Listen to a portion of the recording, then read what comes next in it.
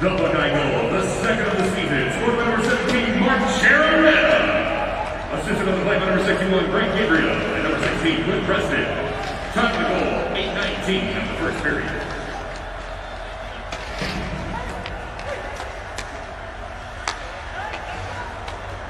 Down the goal for Arizona State, number 30, Evan Cabral.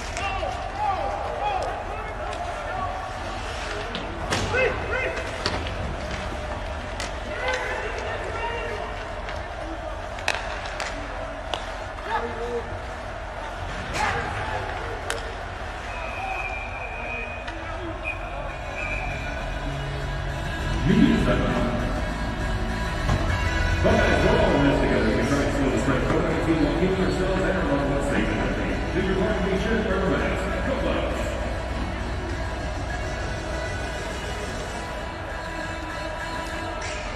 Spectators are about to be looking all past the game and spots out the debris and occasionally leave a service of inadvertently flying from the seat. The Department of Athletics and the Big Ten Doctors thank you for your cooperation and hope that you enjoy tonight's game.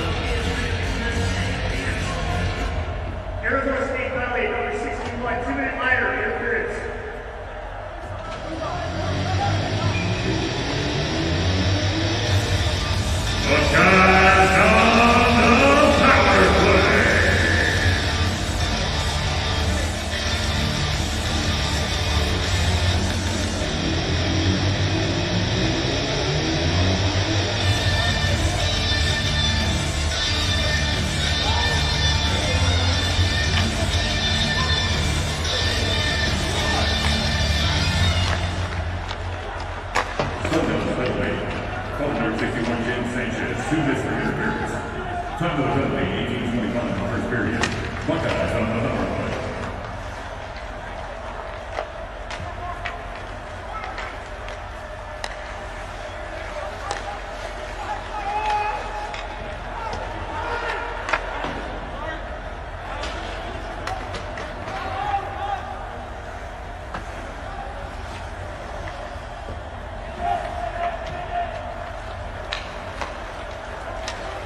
One minute remaining in the first period.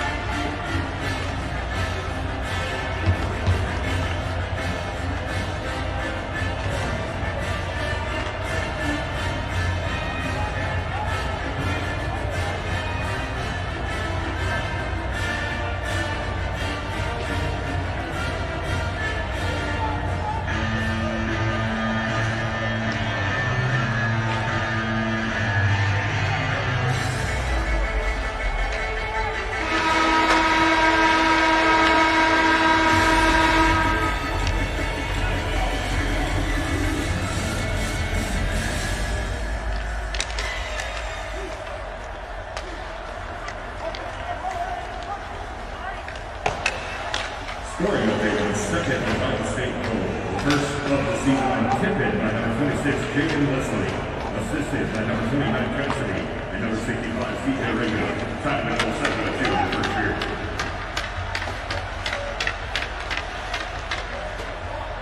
Arizona State returns to full strength.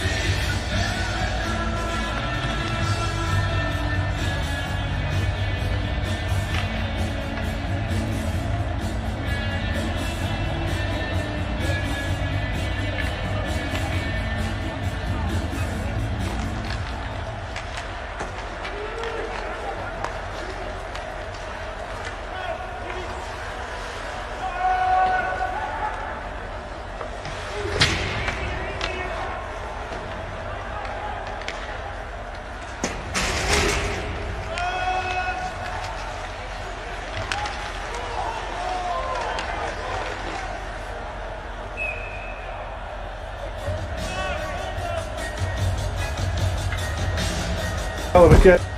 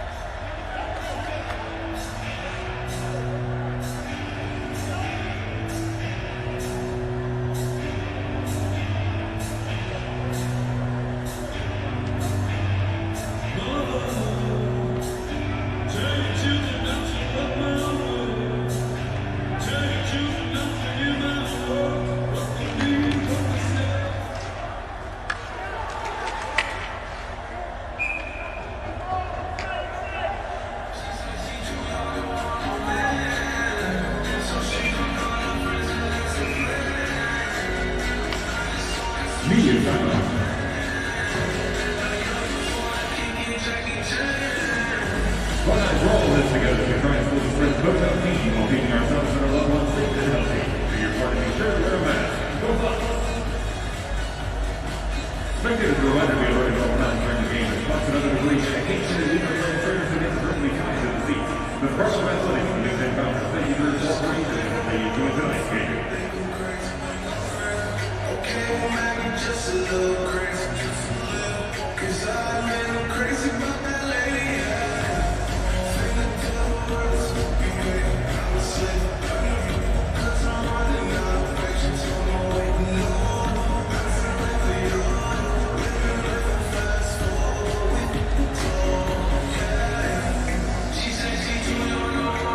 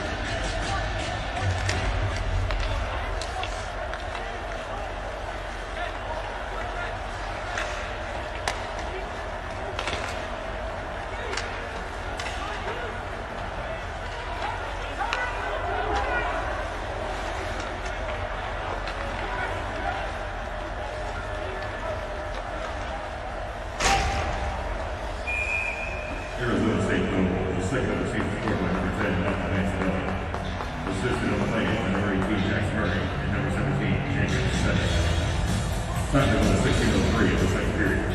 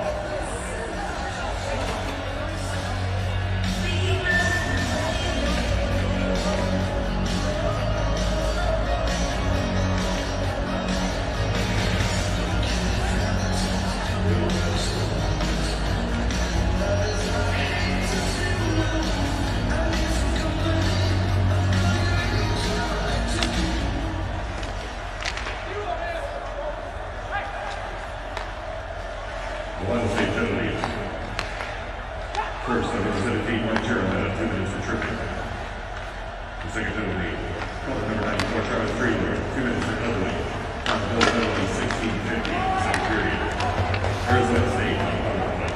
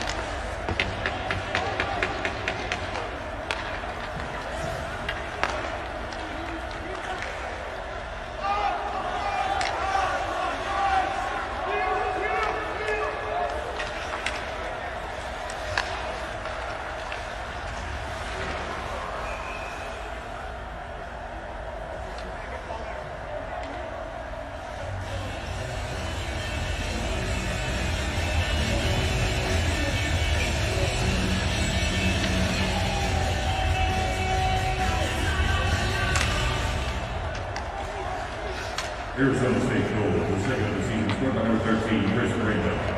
Assisted by number 39, Ryan O'Reilly. Time to goal, 52 seconds of the third period.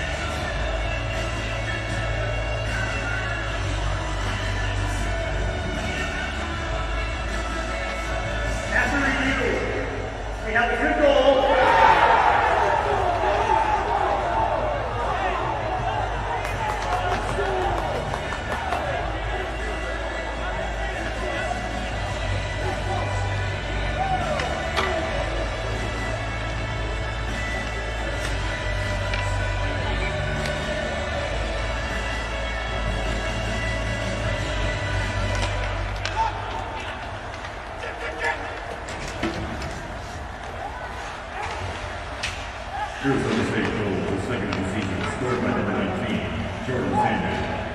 Assisted by number 23, Demetrios Kolonzis. And number 28, Matthew Copeland. Time to go, class of 3 for third period.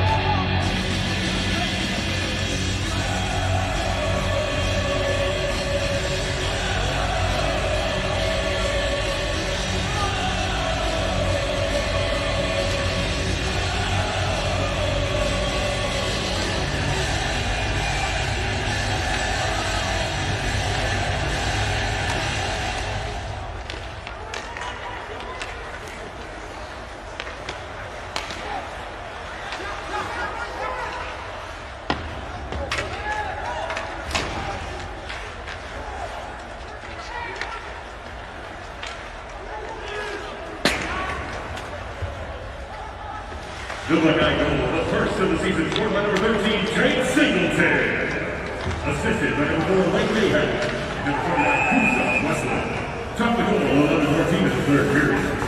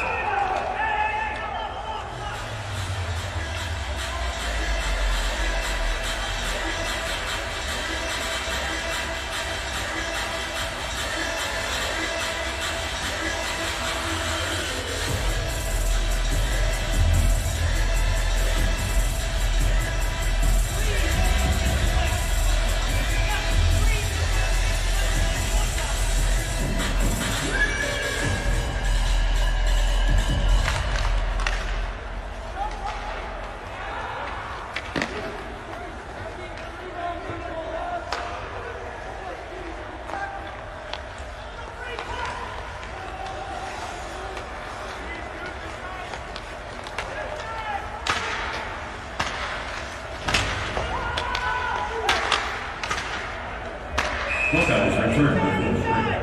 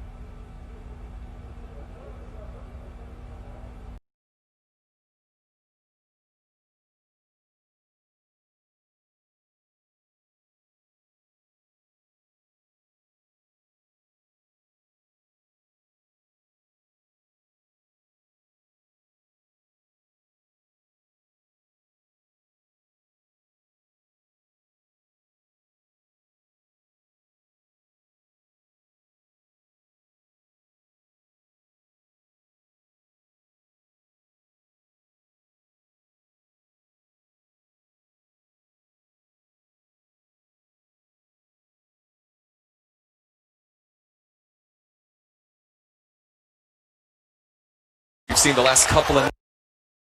In a land not so far away, people are saving hundreds on the most reliable network with Xfinity Mobile, and they live happily ever after. Again!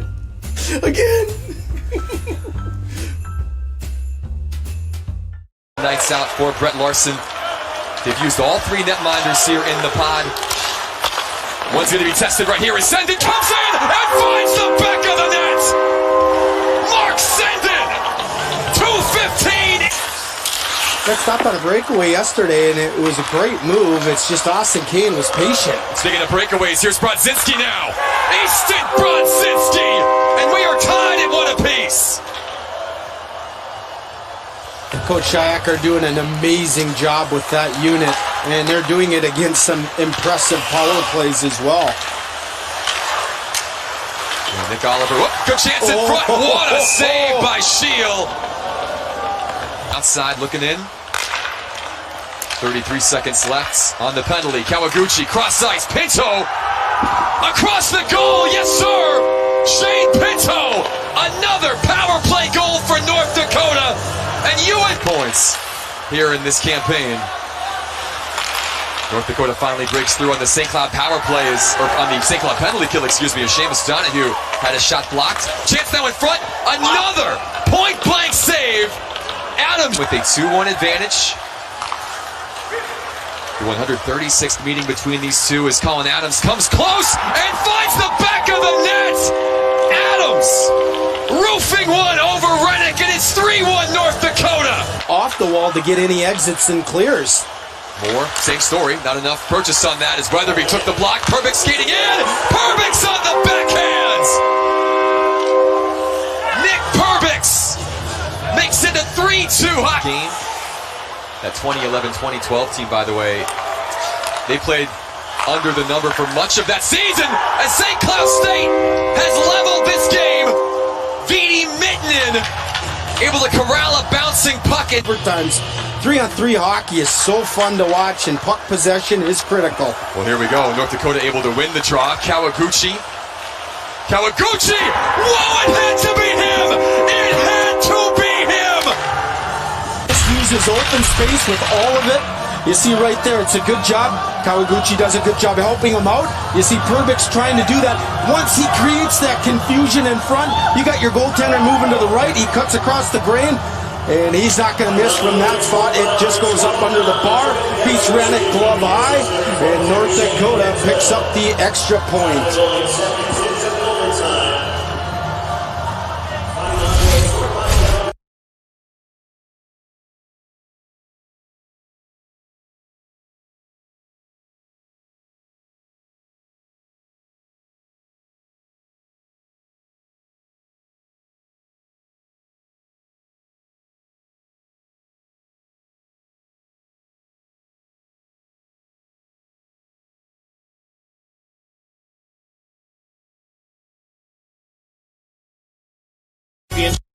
Nice. Hey, Dad, can I ask you a question? Sure, sweetie. Should I consolidate? Chips, including the last two. And we're underway. Minnesota Duluth. And they're maroon and got away from him. Kept alive by Laderoute.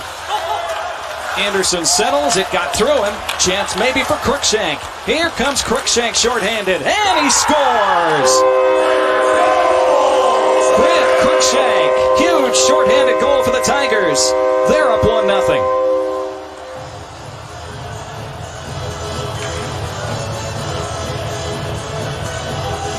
Well, a real good job by Colorado College on the kill, and this is just Cruikshank realizing there was a loose puck battle that Matt Anderson was unable to keep in, and that's from a shot just on top of that circle as he gets his head up and does a good look, and he just beats through. Slavin keeps it going though. Now Millar. Millar looks off a skate, rebound, score. They do cash in on the power play. Cruikshank again looks like he has his second of the day. 2-0 Colorado College. Well, that didn't take long, and you can see Colorado College not trying to get anything too fancy. This is just a shot from the point, and it's a block shot by Matt Cairns. Against it so far. 2 goals by Grant Cruikshank in that first period. And now here's a break-in. Cruikshank for the hat trick. Stopped by Fanti. Rebound, score! Slavin following up, and it's 3-0 CC.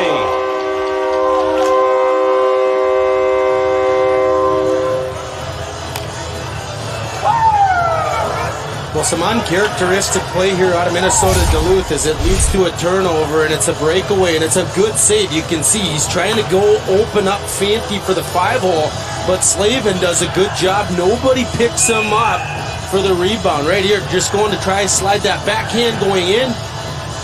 You got Cates right on top. He wanted to get some of these young guys in just to teach them the culture that the Minnesota Duluth Bulldogs program's all about. Felt like it was pivotal that they get in. Here's a try, and off the crossbar. It just won't go for Minnesota Duluth. Cole Koepke. And Bassey gets bailed out. Roth trying to shovel in there, lost the puck. Here's a break for CC. Konzo's in. Konzo scores. And the Tigers. Scott Sandelin's lived through plenty of days like this. Not a lot, but coached for 21 years. Occasionally you'll have one. Good stop, and they score off the rebound. And Bassey's shutout is gone.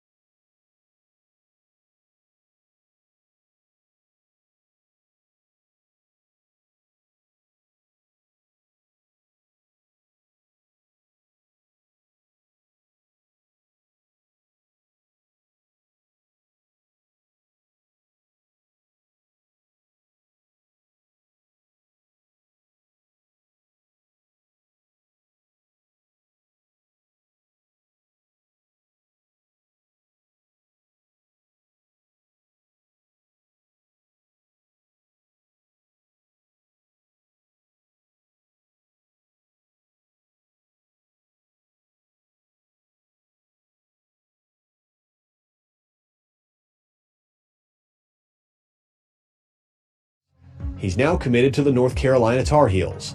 The family ties played a small part, with his father being a former UNC quarterback, his brother Luke winning a title in basketball, and his brother Bo enrolling there this year. But more importantly, he believed in the direction of the program under Mack Brown. Coach Brown, I think, played a big role in my decision. Alabama was a great place to play football, and I like Coach Saban a lot. But I just think the way Carolina's got things going in state, something I didn't want to miss out, and I think we can do something special. It's a great thing when guys can stay at their local college or the college that's closest, or in this case, a North Carolina kid going to North Carolina. And the other part of that is, I think he's going to be a part of a big resurgence, in the program there. It's not clear if the next time Drake plays quarterback will be as a UNC Tar Heel or a Myers Park Mustang. But what is clear is that this young signal caller has the perfect makeup to go a long way in football. I absolutely think he's a guy that can play in the NFL. We've had a lot of great quarterbacks come through here, and I've coached a lot of other really good ones. But he's different. He's going to stay grounded. He's going to stay humble. He's going to continue to be a kid of great character. And I think because of that, his physical skills will reach their potential. Play on Sundays. I think that's every quarterback in high school's dream. And do everything I can to hopefully get to that goal. Just got to keep working every day. Most about high school football I'll miss is probably Friday nights out here at Myers Park. Coach Chadwick and the past couple of years, they've created one of the best atmospheres in the state to play football, and I'm just glad to be a part of it. Every great athlete starts somewhere. In this week's Journey to Greatness, we hear from one of the NFL's greatest defensive linemen. In the state of Ohio, it doesn't take long to get from Akron to Canton, at least not if you're talking about driving. It's only about 24 miles. But to get from the University of Akron to the Pro Football Hall of Fame in Canton, that's a different journey altogether. In fact, no Akron alumnus has ever been inducted into the Hall until defensive end Jason Taylor was honored in 2017. Jason grew up in the Pittsburgh area. While the Steel City has always been rich in football tradition, Jason didn't even try the game until his junior year at Woodland Hills High School. But once he did, he soon learned how special the whole experience would be. I didn't know a whole lot about football at the time. I was still learning the game, learning how to play the game. I was a fan of the game, but learning how to play it. And the best memories are always the guys that you do it with, and kind of getting that little bit of a bug in high school, starting to fall in love with the game, getting a chance to go to college for free down the road at Akron. Then you start to build your football resume a little bit and build those times, and there's a lot of great memories along the way. But they started out early, and I'm still making them to this day.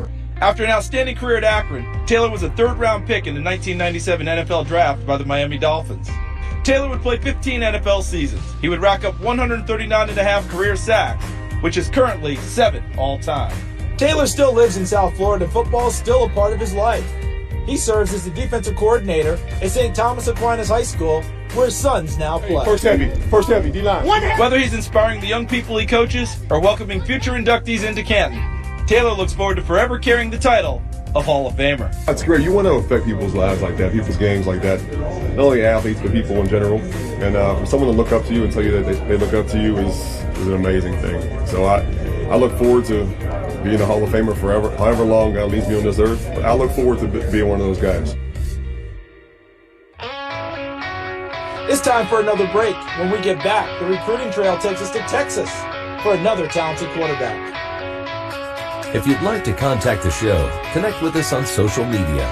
You can like us on Facebook or follow us on Twitter @SportsStarsTV.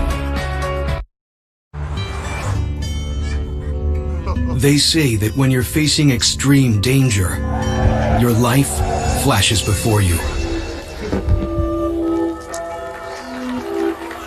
If you think that's sad, consider facing it before you even have enough life to flash before your eyes. Deaths and injuries can be prevented by using the right car seat. Visit safercar.gov/the right seat to know what is appropriate for each age and size. Miss anything from the show or just want to see it again? See all the videos we have online at sportsstarsoftomorrow.com. It's time for another trip on the recruiting trail as we hit the road to meet some of the nation's best prospects. This week, we're stopping in the Dallas-Fort Worth area to meet Denton Guyer quarterback Eli Stowers. Leading a team to a state championship is every prep athlete's dream. And last year, Eli Stowers had his Guyer Wildcats right on the doorstep. in the state title game against Austin area powerhouse Westlake. But on his first drive of the game, Stauer suffered a torn ACL, and he had to watch as his team fell 24-0. Obviously, it was heartbreaking at the time, not being able to, pretty much do anything for my team at that point. But, like I said, I've just been trusting in God and, rehabbing and as hard as I can just so I can come back and, lead my team again. So. Eli spent this unusual offseason rehabbing with the hope of getting back on the field for one last shot at a state title with his teammates. He has a new coach and a new offense this season, but he's looking forward to showcasing his throwing ability a little more than he has in the past. Last year, I kind of ran a little bit more. We had a lot of design QB runs and stuff like that. So this year is going to, put a lot more on me with my arm. I feel like it's going to set me up for college, because that's when I get to A&M and Coach Fisher runs a pro-style offense. So, and I'm going to be throwing the ball a lot more than I'm going to be running it. Eli is committed to Texas A&M for next season.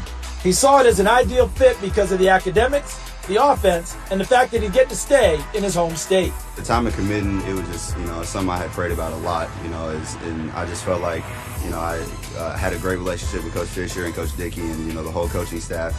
And I had been to A&M, I think, 3 times before I committed, and, I just loved the atmosphere. I loved how Coach Fisher coached the quarterbacks and, the whole team, and, the toughness and grit that they showed, and then the discipline and stuff like that. And, it also stood out to me how much they take academics seriously. Because, that's a real big part of, I pride myself in being good in the classroom. So mainly it was, just a decision that God helped me out with. And, I just loved, ended up loving everything about A&M. So that's what made me choose it. If all goes according to plan, he'll finish the high school season with Guyer in early January and then head to College Station to begin his career with the Aggies.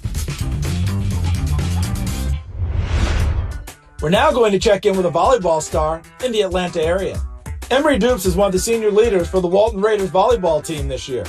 And that carries a lot of responsibility as the program has won 9 state titles in the past 10 seasons. It grew my game a lot just by being able to play with people that play at such high levels already. And Fitz is an amazing coach. Having confidence in yourself is what really helped me because, we work so hard and we have confidence because of the way that we work, and that shows whenever we play. As Emery has worked to keep the standard high at Walton, she's had some big moments of her own, including this play from her club team in 2019 that landed her on ESPN's Top 10 Plays.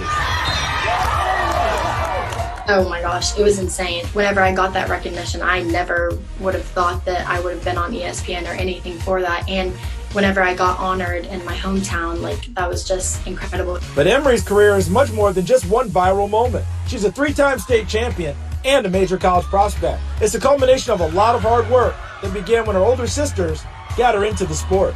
Emery had college scholarship offers before she could even drive a car. She committed to the Florida State Seminoles as a freshman, and she's excited to finally sign with FSU this fall. My family was there to help me with the decision, so I'm confident in my decision. I love the staff there, and I love the people, and the people that they're bringing in is my kind of people, and I'm just excited to be there. Emery's considering a career in marine biology when her playing days are done, but she hopes to stick with volleyball as long as she can. I've gotten a lot of accomplishments for volleyball, but I don't know what level I can reach yet, and I'm still trying to figure that out. It would be a dream to play in the Olympics. That would just be something that would be extremely cool, and just representing the United States, that's insane. But I'm just trying to play it one year at a time and see how college goes and just work my hardest through everything and see what I can accomplish. Now it's time for our question of the day. Today we featured a 2-sport athlete and also a North Carolina commit, so we're blending those to come up with today's question. Which former NFL star played both basketball and football at the University of North Carolina? Was it Julius Peppers, Lawrence Taylor, or Dre Bly? The answer is coming up right after this. What's Beethoven's favorite fruit? Banana.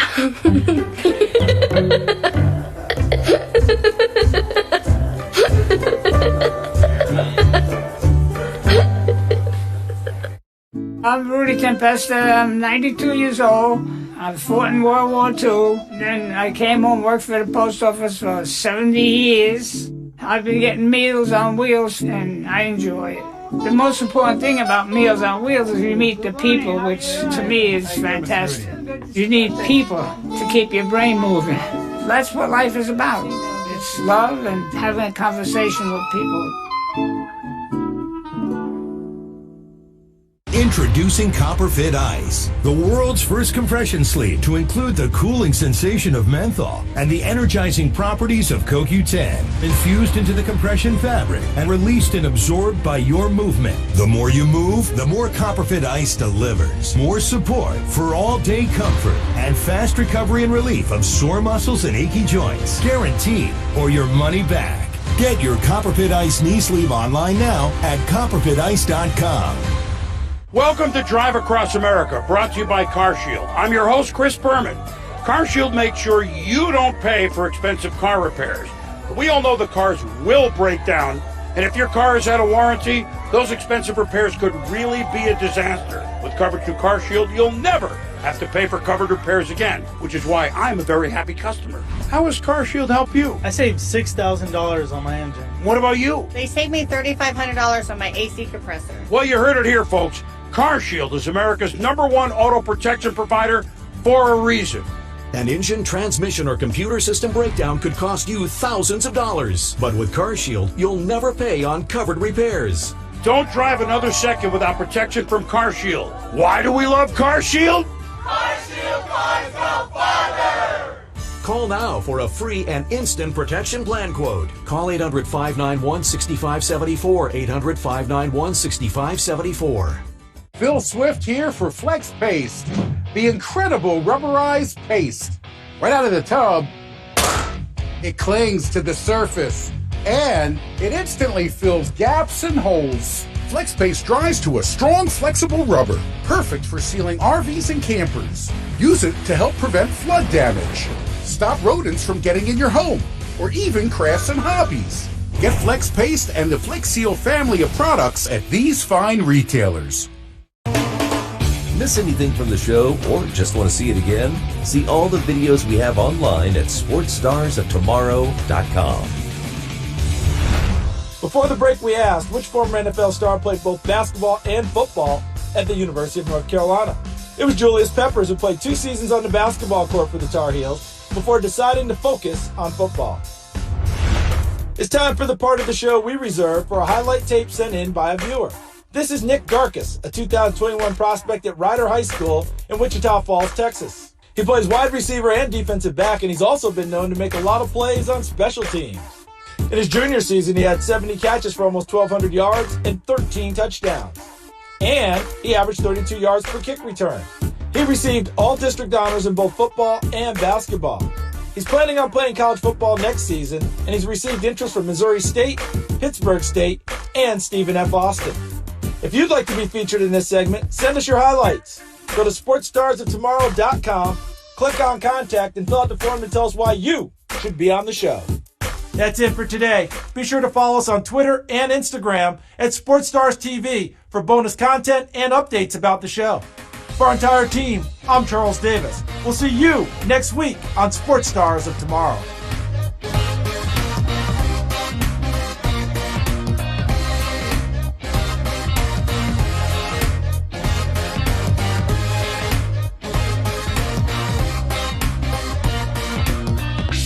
Sports Stars of Tomorrow is brought to you in part by...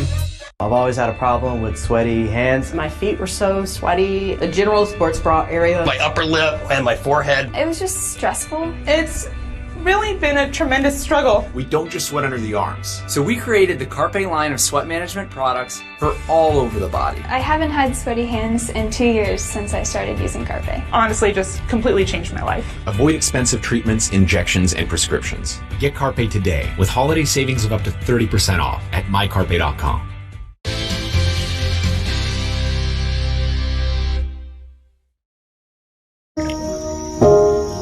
This is the story of a boy who didn't talk for a long time. The boy liked things to always be the same. Any changes would scare and upset him. The unknown was an unfriendly place. The boy was very sensitive to lights and sounds.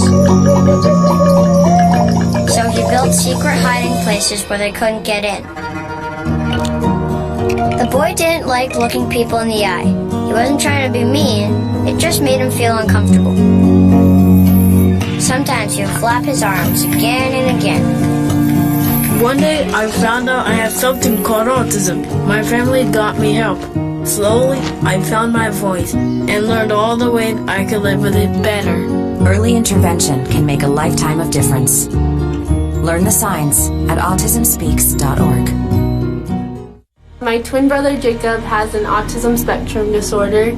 I remember one moment after being at school all day, I remember him getting into the car just bawling and saying, "Mom, I have no friends. Why don't I have any friends?" It broke my heart.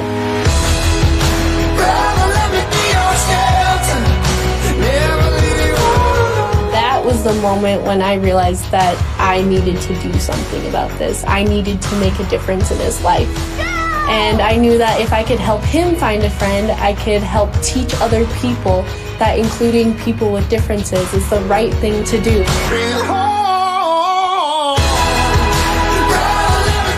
That was the inspiration behind my nonprofit Score a Friend. Educating people to include people with differences is so important because when Jacob's included, he feels like he can succeed in life and he feels like he actually has a purpose.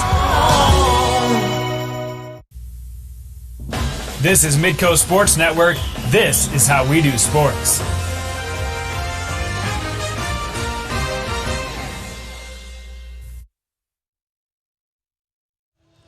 We're getting down to crunch time here in Omaha. Just one game on the docket here on this Thursday from the pod. The Denver Pioneers, who got off to a tough start at 0-3, have rebounded nicely. They take on the Red Hawks of Miami for the second time in a week. Great to see you and be with you alongside former North Dakota goaltender Jake Brandt. My name is Ben Holden. A pleasure and an honor to be with you here from Omaha. And Jake, Denver, that 0-3 start, they lost 3 one-goal games. They've rebounded nicely. On the other side, Chris Bergeron, now in his second year at Miami, trying to get his team to have a mindset of believing they can win a hockey game. They've won just one here. Yeah, and the start is going to be real critical for this Miami team. I felt like in the first game that these two matched up, that Miami came out, they scored that first goal. However, they allowed Denver to score a late goal in that first period. Then you fast forward into that second period. It was 2 quick goals for Denver, and really from there on out, Miami never had an answer. Yeah, Denver got 2 within 15 seconds in the second period, and Carter Savoy leads the country in goals. He had one there. He's got 4 on the power play, leads the country as well.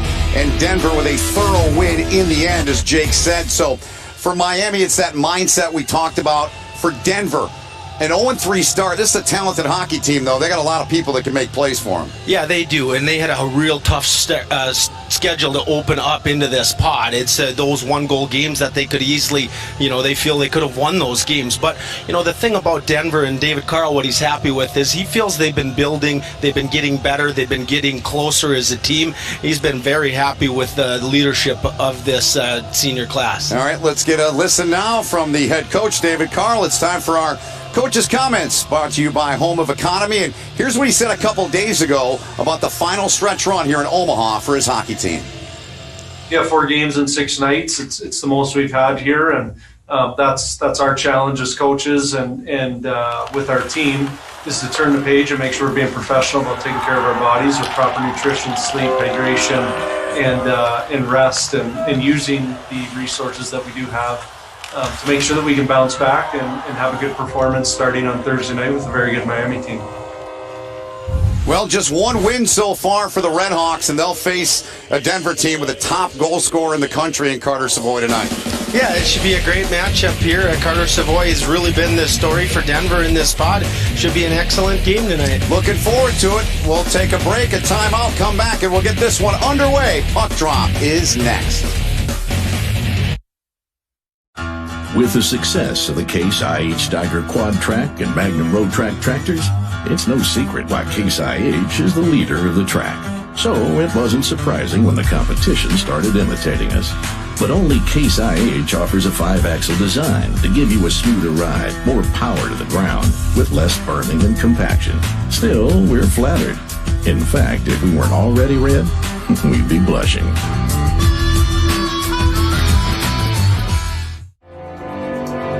After a heart attack, no place is more welcome than home. At the Avera Heart Hospital, we're driven to get you there sooner with the most experienced cardiovascular team and latest technology. We're leading the breakthroughs of tomorrow with pioneering research that makes better outcomes possible. Because our nationally ranked heart care is here to help you love longer through whatever adventures await you. Count on a Honda generator for home backup power that won't let you down. Honda offers a complete line of generators with legendary Honda reliability built into every one. Plus, our advanced CO Minder carbon monoxide detection system. Select models include Bluetooth 5.0 connectivity for remote operation from your smartphone. And once the storm's cleared, Honda generators are great for anywhere you need portable power. See the full line of Honda at Acme Tools.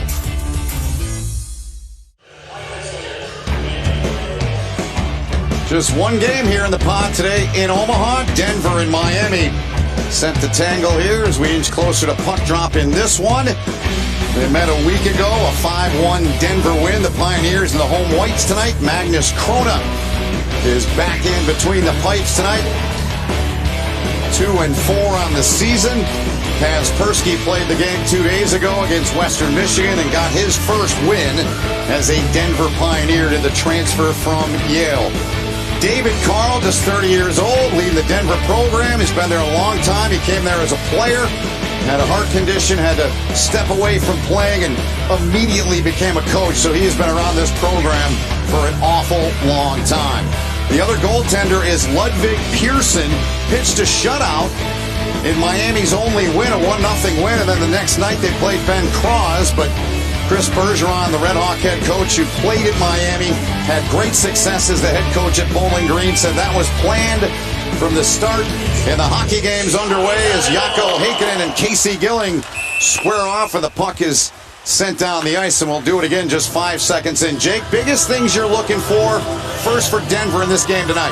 Yeah, for Denver, it's just their game is really starting to gain some traction. I think it's just for them bearing down and scoring on their grade A looks. They felt like they had a bunch of grade A's against Western Michigan, and they just weren't happy that they left that game to a one-goal game and really had to hang on at the end of it. So just doing a better job of finishing.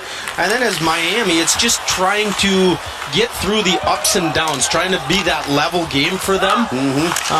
This is a team that's looking to build, to make that special play versus just like Bergeron said. He said you can feel it on the bench where they got to get over that hump where someone's going to go out and make that special play.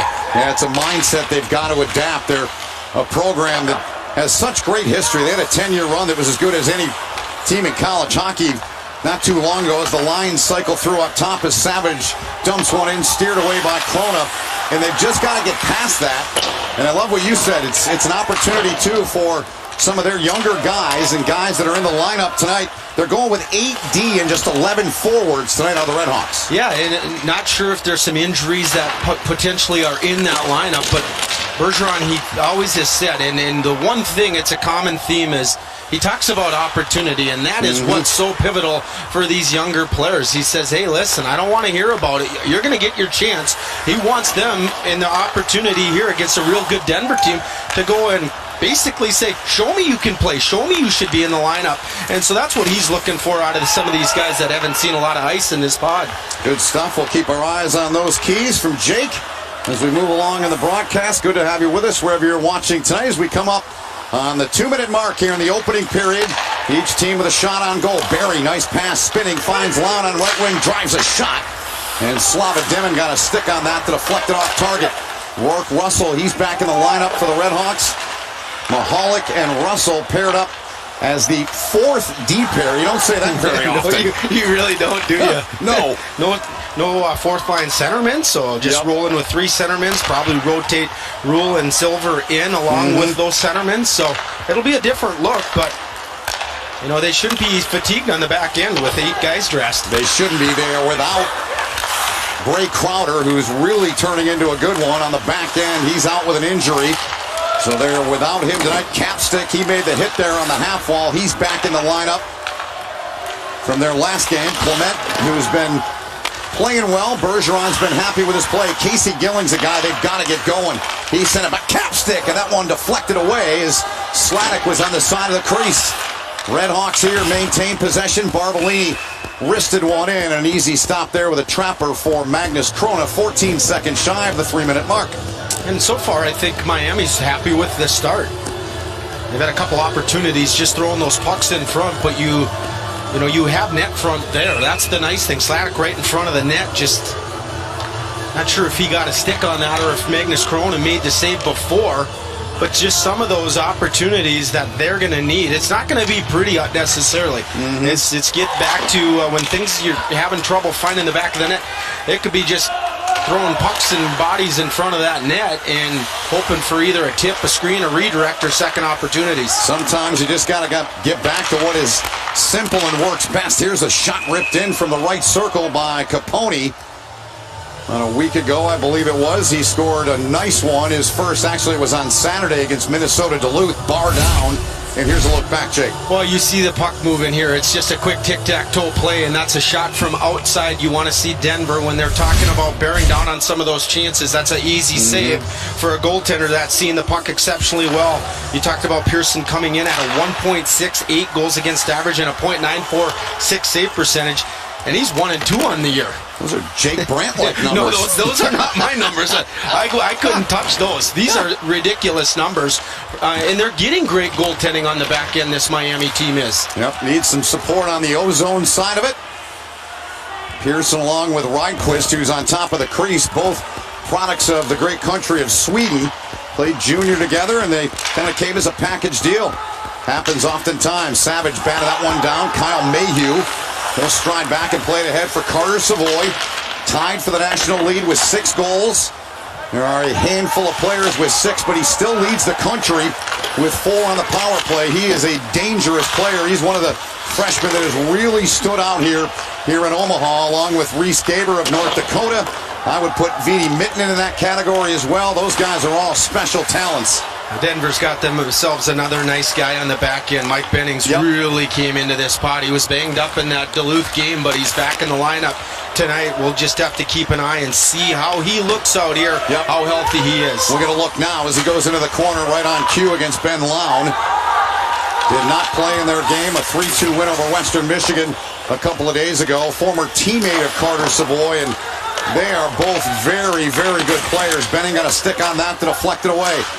Demon couldn't get a handle on it. Now Barbolini, the big winger in there, trying to win a battle. And Barbolini's been impressive for this Miami team as well. Top scorer with 4 points. Mahalik snapped one in there, and Krona able to see that one into the trapper with ease, with 15-15 remaining in the opening period. The thing I like about that shot, though, you're going to see on this replay, look at the traffic in front. Right. So it's at ease, but he does have to at least look through bodies. It's layered traffic in front, and that's what they need more of.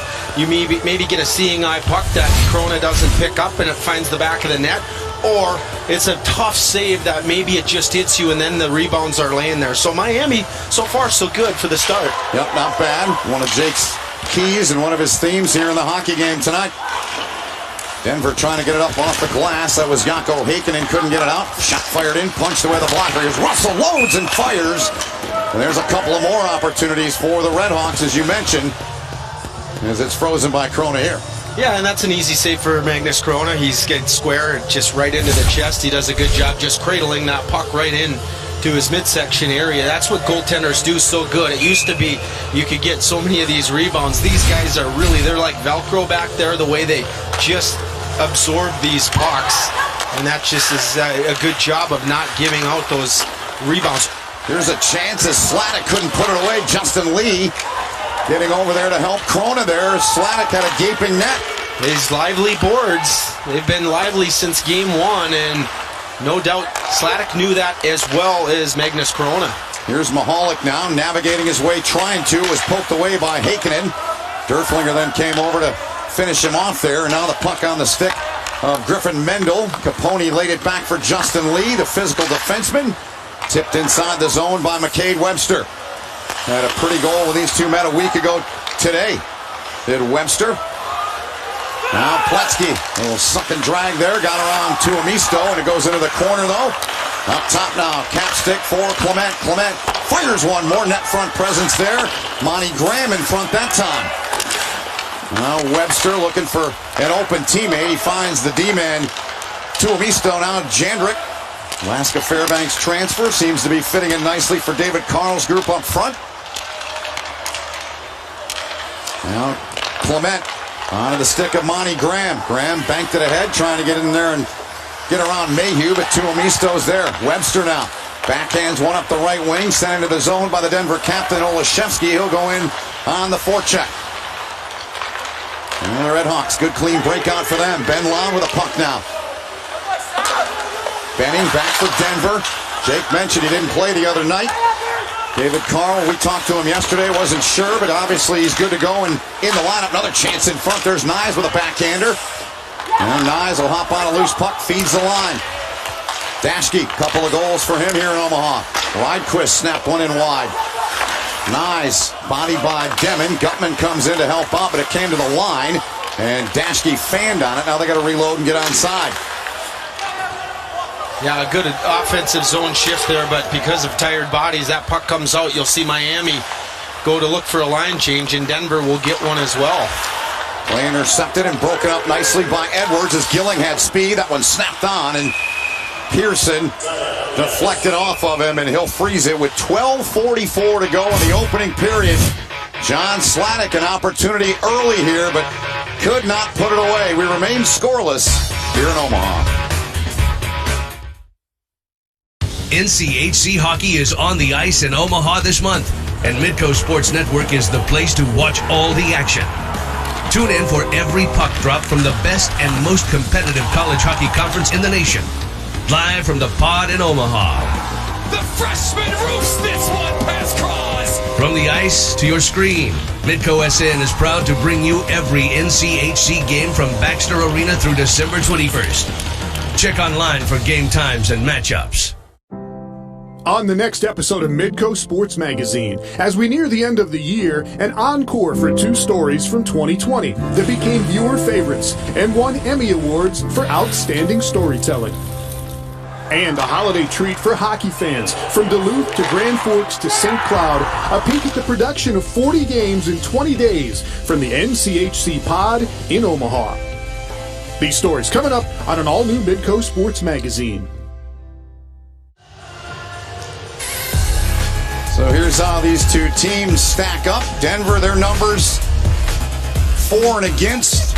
You take those. Miami certainly got to step it up, and I think it's the equation you've talked about, partner, and that is just getting bodies and pucks more at the net. Yeah, you're not gonna outskill this Denver team. The only thing you can do is really outwork them, and that's the third circle. If they own that third circle or try and penetrate, get into that house and really get good body position, that is going to be the key to getting them some more goal support. I feel terrible for these goaltenders. You look at these numbers, and even Ben Cross, who's played extremely well. Yeah. Even last year he played well, and just the goal support's just not there. So you don't have much room for error as a goaltender on this Miami team. They got to get some more goal support. So far, from what we've seen, the shots are 6-3. Miami has come out with, seems like, more of a purpose in the O-zone. Fair to say, Jake? Absolutely. I mean, we've been looking to our right all night long. Yep. Very little offensive zone pressure for this Denver team, but Denver's a good team, so it's just, you see one little breakdown and all of a sudden they're on a puck just like this. Just like Derflinger is there. Trying to keep that puck into the zone was Capone at the line, fired in there by Krenzen. His first game of the season for the Pioneers. Lane Krenzen, dressed as the extra D tonight. 4 forward lines for David Carl. Mentioned, if you're just joining us, Miami going with 8D tonight and 11 forwards. So you got Silver and Caleb Rule on the wings on that fourth line. And last time they were out, they had Matt Berry. They worked him through on that line with them. Now Silver, bodied on the half wall by Capone. Capone turned it over to Mahalik. Bouncing puck. Good job by Derflinger. He does it all. I love that shot. Yeah, I do too. When he plays on the edge but not over the edge, he's very effective. Yep. Yes, he is. He really is. It's kind of like a Mike Perpick from Grand Forks for North Dakota when he played. Yeah. Perp was one of those guys that He's one of you loved him on your team, but boy, you hated to play against him. And Derflinger just does all those little things, whether it's the blocking of the shots. As you see Savoy, he's not going to waste time. He'll whip a puck right off the wall. Fire it whenever you've got it on your tape, man. He can really shoot it. Number 8 in white. 6 snipes on the season. 4 on the man advantage. That one off of Cole Gutman. Well, Ryan Savage, who missed a few games, took a high hit up in the head area in their second game and missed the next 3 or 4 games and came back the other day for them in their loss against Colorado College. In a hockey game, they were scoreless after 40. Turned over, Savoy quickly plays it ahead. Gutman loads and fires, punched down by Pearson. And onto the stick now of Monty Graham. That's what makes this Denver team so good, though. It starts with Capstick unable to hold the puck in the zone. He's got to come back. He's got to regroup, and they turn it over. And just like that, they go north in a hurry with a scoring opportunity. We can step on the gas in a hurry, can the Pioneers, and we welcome those that are watching tonight on Altitude in Denver and the great state of Colorado. Jandrick, good job there by Barry on Jandrick. Couldn't keep his feet moving as Barry leaned on him. Now Demon, originally drafted by Vegas, traded last year to the Blackhawks. McCade Webster, good play there, and a good stick by Sladek there, or else Doremus is in stone cold. Justin Lee paired up here with Mendel. Couple of steady, sturdy guys on the back end for Denver. Off the skate of Stapley. Montreal pick is Stapley. Gains it, now gets it over the line. Trying to work it in front for Doremus once again. Defended there by Rydquist. Rydquist forces him out near the line, and now Lee has the backhand one down into the corner. Daschke looking for Sladek. Body down there by Edwards. Got it free, though, to Daschke. Inside of 9 to play in the opening period. Shots are 6-4 Miami. No score in the game. As this one goes out of play with 8:50 remaining. We'll get a stoppage here. We should. And we'll take it. Jake Derflinger, you talked about him in his game. Here he is at work. Yeah. Well, he just does everything you're going to see right in front. Just going down, sacrificing the body, and blocking as we are 0-0. Hi, this is Jared Langestein, General Manager at PS Garage Doors, and today the PS stands for the perfect spot. That's right, we've moved to the perfect location to serve our customers with the same great team and the same great service you've come to expect from us for 46 years. See our new showroom at 4733 Demers Avenue in the Industrial Park, 1 block west of the interstate. Visit us online, on Facebook, or call us today at 772-DOOR. PS Garage Doors, your garage door store since 1974.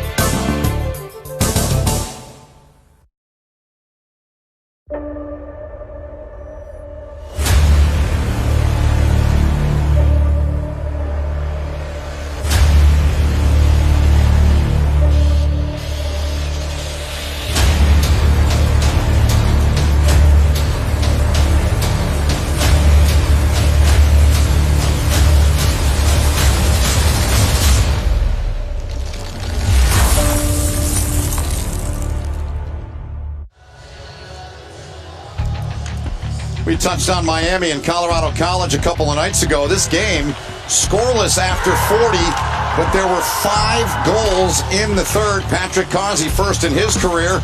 Derek Daschke, who had 7 shots in the game, had the only goal for the Redhawks. A couple of empty net goals for Colorado College. And the Tigers, we'll see them tomorrow, Jake, against St. Cloud. They're starting to round into form. They had a good start.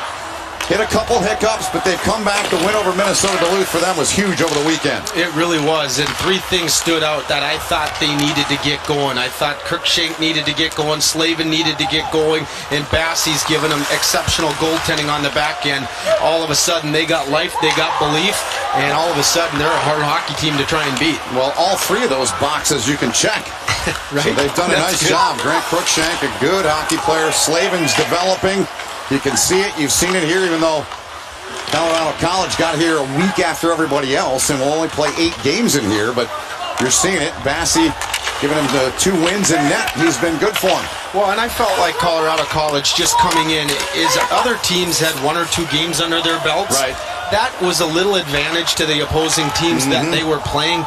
They finally have some games underneath their belt. They're getting their structure and the details worked out within their game, but I've always said, you show me a good goaltender, I'll show you a good coach. And Bassey has been real good for the Colorado College Tigers. Draft pick of the Blackhawks, and he's a big young lad, about 6'5", 6'6" in that net. Here's Nyes now with a chance. Mayhew there to impede him a little bit and get in his way as Krona has it with 7.5 to play here in the opening period. Yeah, you'll see Magnus Krona. Watch how active his stick is here. He sees the puck laying there. Rather than just let it lay there, look at this. He reaches his stick right out, scoops it right to him, and he gets the whistle. Played their first 6 games before David Carl gave him a breather and played Corbin Kaspersky. Didn't have a lot of work against Western Michigan, but he was effective, and you touched on it earlier in your keys for Denver, finishing the games. I mean, Western Michigan hung in that thing until the end. Yeah, Kaspersky had to be real good, and you could see Kaspersky coming in. He's not a freshman. He's a senior. Yep. He's played a lot of those big games, those big minutes. He didn't look out of sorts at all at the end as Western Michigan was really pushing. Sometimes you get a new goalie in there, a freshman. He's not used to that. The pressure mounts and gets to him, but you could see he's been there, done that, and he made a couple big saves, got the win for him. Yeah, last year at Yale, he started 29 of the 30 games that he played in. Had a career record of 29, 22, and 4 playing for Yale. Here's Miami now. Brown tried to knock that down, but he did. He got a piece of it. Waved off at the line, and Mike Esslinger was all over that. The linesman right down here in front of us. Yep, he sure was. Here's Mayhew. Off the mark. Sent it around for Edwards. Loose puck now. Quickly played ahead for Ben Loud, who's had a very active period, as has Phil Nyes. We'll talk to Nyes in our intermission as Tuomisto leaned on him. We'll talk to Phil Nyes after the opening 20. That one deflected. There's Caleb Rule, side of the crease. Couldn't get a good shot away. Daschke back there with Stapley. Daschke can skate. Stapley forcing him to make a decision. And then Stapley took it away. In front they go, and they missed the net. Opportunity there for Denver to get the first goal of the hockey game, and they could not put it away. Well, that's just a great job on the forecheck by Brett Stapley to create that turnover. And again, how quick they transition. As you see, Derflinger was in on that opportunity. Yeah. He is just a little buzzsaw out there. I just can't stop talking about him. He just, the one thing I've always said, you notice him every time he's on the shift, on the ice. It's either it's a body hit, it's either he's chirping someone, trying to get under their skin. He's fun to watch. And he's great on the penalty kill. Here's a look at that chance, Jake. Yeah, Stapley just back pressure, does a good job. Derflinger going in. I think you get a stick on that one, so Derflinger not able to get that clean. I'm just trying to see who makes that great diving play right there. Get a stick on it. That was Caleb Rule. Yeah, Rule, a good job there. As you talk about the opportunity, Caleb Rule, there is a good thing that he checks a box that, hey, take advantage of your opportunities. He's been in and out of the lineup as the Holt, Michigan native. A couple of Holt natives here, my hometown originally. Jason Poland of Western Michigan, and I grew up with Caleb's father, Jeff. We hadn't talked in about 30 years, and he does something big. I got a lot of material on. I'll leave it at that. Perfect. Yep. So face-off comes back inside of the Denver end here. So you got Gutman's group out there. You're one of the proudest Michigan guys I've ever known. Everyone teases me. I always get Roseau or Minnesota somehow into a broadcast. You're no different. You love Michigan. No, I love my state. I love my state. Lived there my whole life with the exception of 5 years. 2 in the Navy and 3 in Cleveland in the American League. Yep. Proud of that state, like you are of yours. Great hockey. Yes, yes. Tradition rich where you're from. I'm not telling you anything you don't know. For those out there that follow our great sport, Savoy will get into the corner. Drasner on him, but they're going to wave it. I think it was offside. Yeah, you're right. So it's not going to be an ice, I don't think. Savoy just beat the puck in. They will send it all the way down because the puck came from down in the defensive zone for Denver. 4:43 to go in period 1. Chris Bergeron, the Red Hawks, and Denver scoreless so far. There are athletes and competitors in our region who never stop, never settle, and never quit. Their stories of courage, perseverance, and grit are the inspiration that drives Midco Sports Magazine. For award-winning storytelling where life and sports intersect. Tune into Midco Sports Magazine, Mondays at 6:30 p.m. Central, only on Midco Sports Network.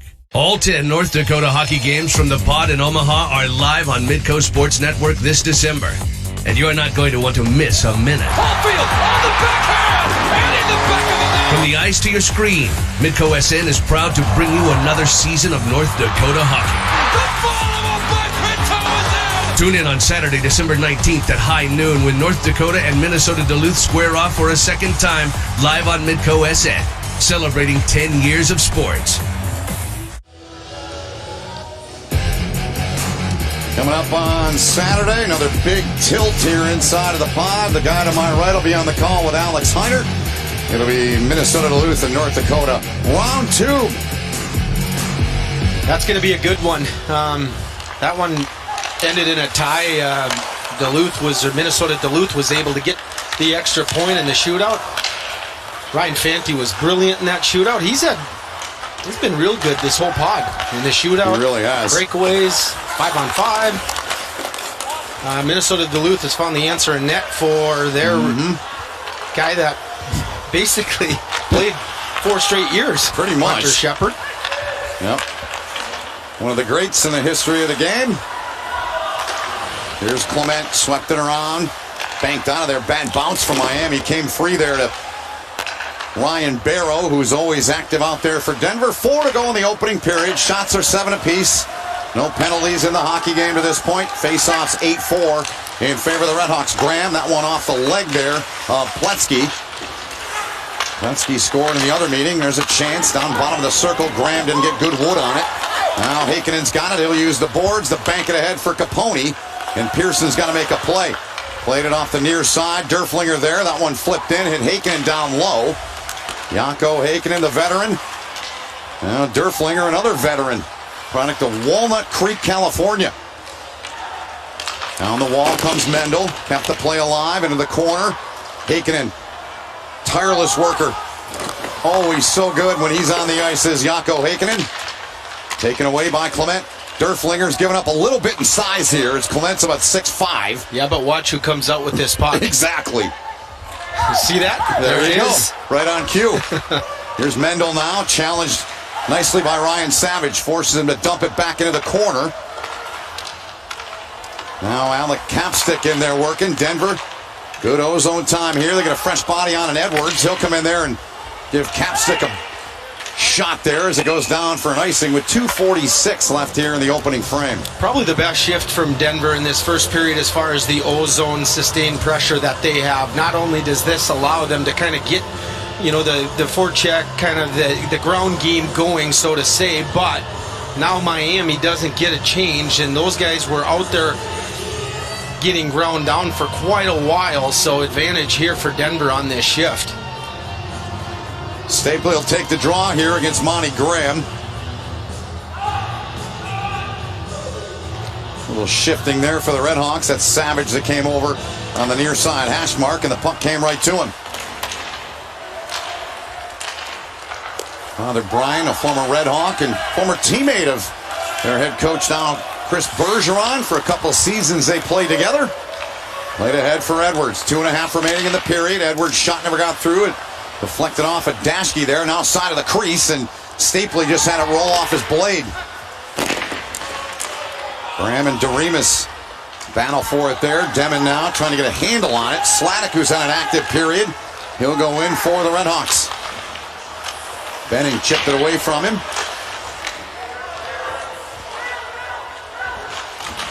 Doremus was trying to get it back of the net there for Benning. Now the Redhawks have it. Sladek feeds the line to Daschke.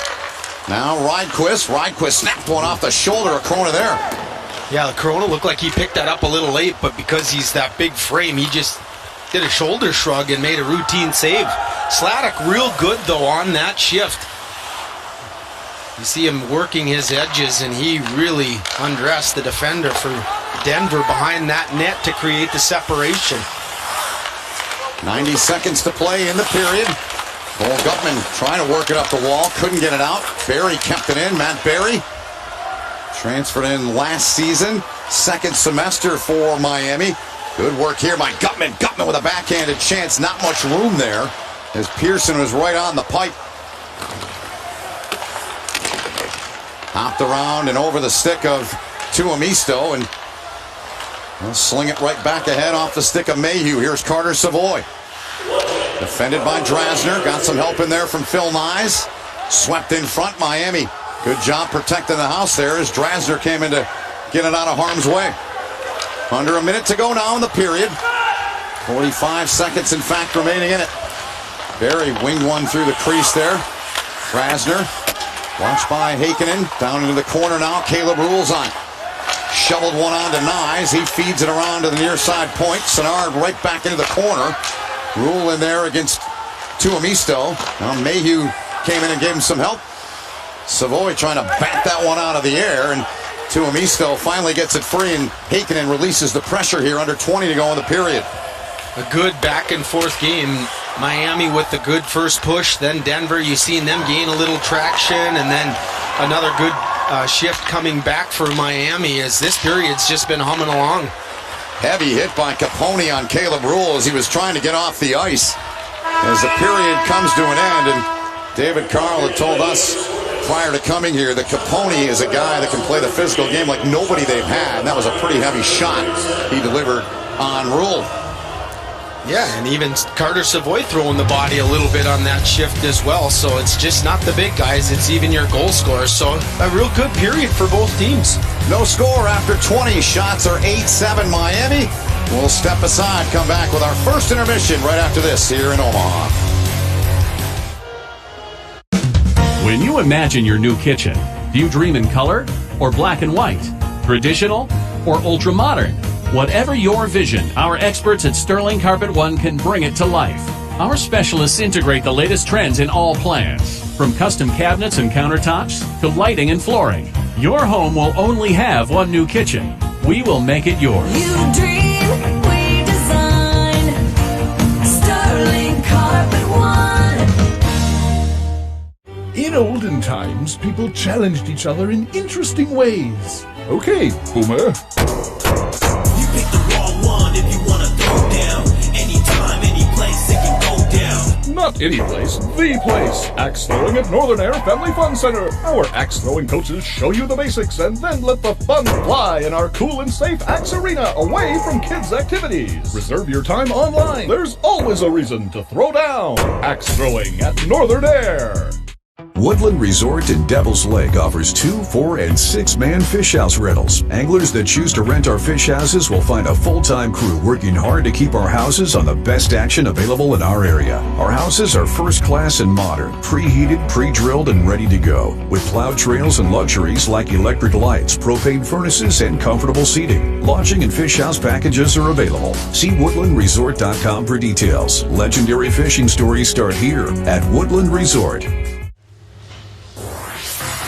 No score here in Omaha after 20 minutes between 8th-ranked Denver and the Redhawks of Miami here after 20 minutes of play. Back upstairs in the broadcast booth alongside Jake Brandt. My name is Ben Holden. Downstairs we go. Check in with one of the captains for Miami, Phil Nyes. Phil, watched you play a lot over the years, done a lot of your games. I don't know if I've ever talked to you about how you got into the great sport of hockey, being from that hotbed that is Phoenix, Arizona. How did it all start for you, young man? Yeah, it's a pretty common question I get coming from the South, but I think a lot of it goes to my parents. They were hockey fans growing up, and then partially the Coyotes too, and they moved to Phoenix in '96. And growing up during that era when it was a hot ticket and going to games, I kind of just fell in love with the sport and then continued ever since.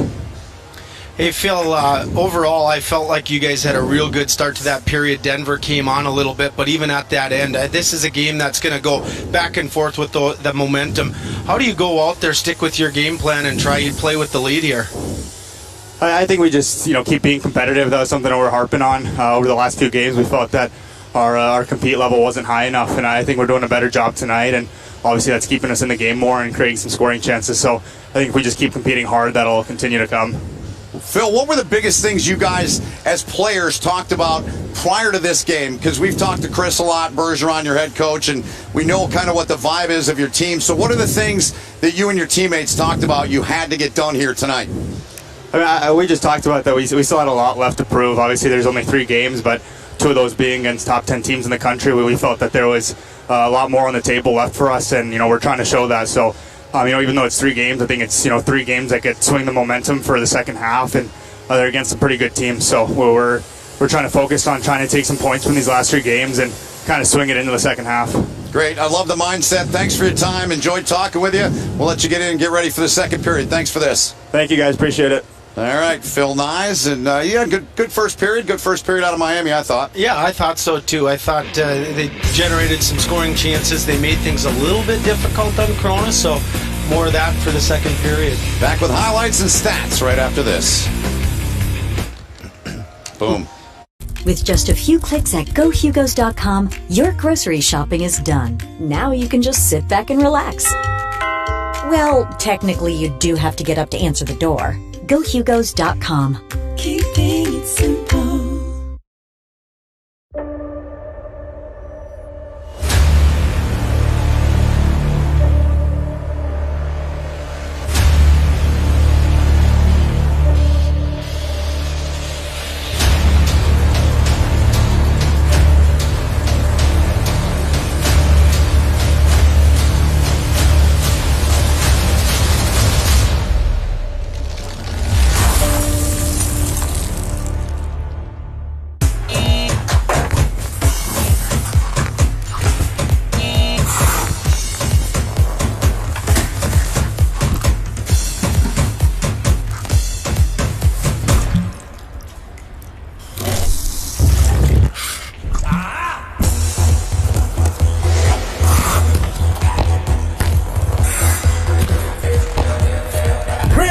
What's in your bottle? Official sports drink partner of the NCHC.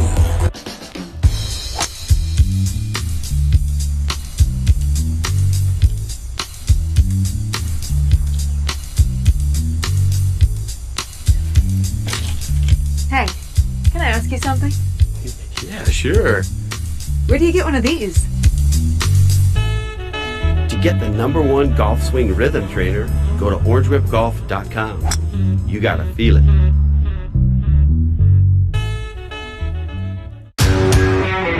When you're looking for clothing that just won't quit, turn to Ariat and the work gear experts at Home of Economy, where you'll find great selection on workwear that's built to last. Tough, dependable, with all the comfort you expect from Ariat. This season, work hard and stay warm in performance-driven Ariat work clothes, engineered to work as hard as you do. At your work gear headquarters, Home of Economy.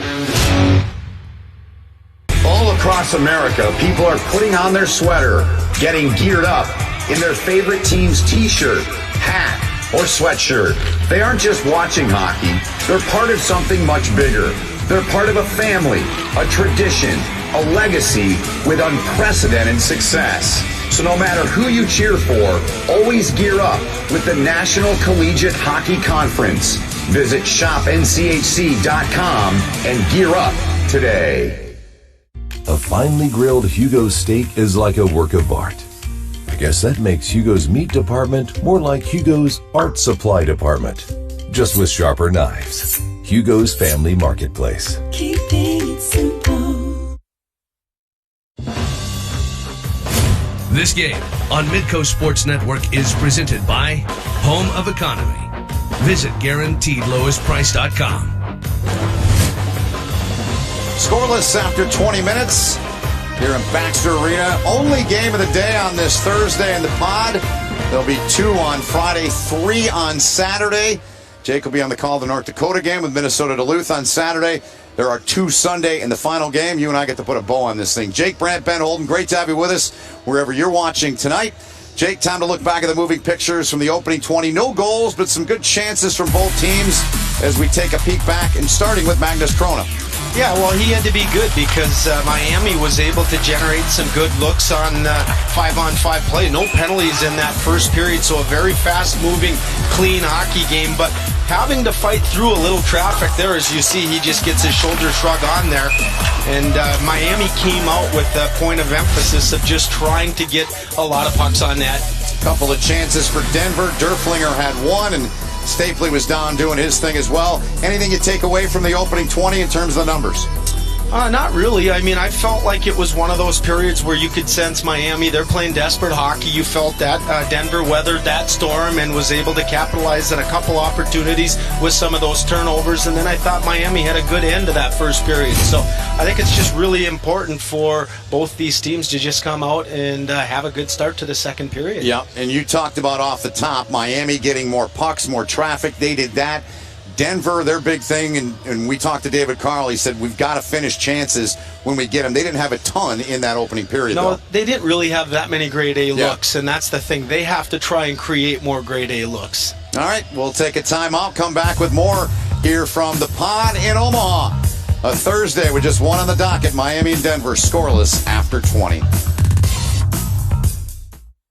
Your family will love the hot meal you slaved over all day. Or did you? No worries. It can be our little secret. A quick stop at Hugo's Deli and dinner is served. Keeping it simple.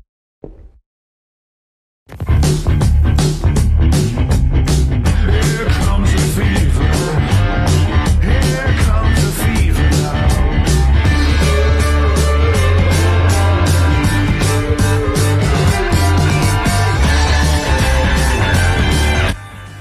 Vinyl is just better. Midwest built, Midwest tough. Guaranteed for life. Minn Kota Windows. For the important moments, you want someone you trust.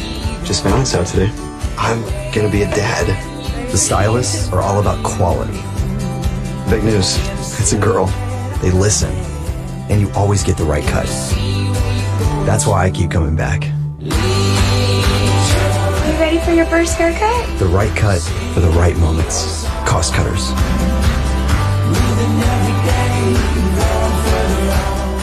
The National Collegiate Hockey Conference, home to where historical greatness intersects with new tradition. Dreams are fulfilled and champions are made. Innovation and leadership are a priority.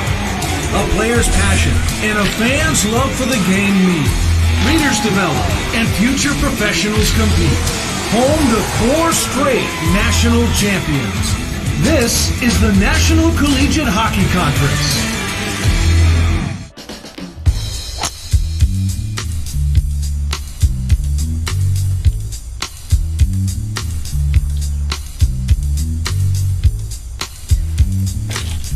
Hey, can I ask you something? Yeah, sure. Where do you get one of these? To get the #1 golf swing rhythm trainer, go to orangewhipgolf.com. You gotta feel it. Daily routines change, but the land stays the same. There's ground to cover, a herd to feed, and you still have to make it back in time to get a clean start on tomorrow. So run with us on a John Deere Gator, because being linked to the land means the work never stops. Nothing runs like a deer.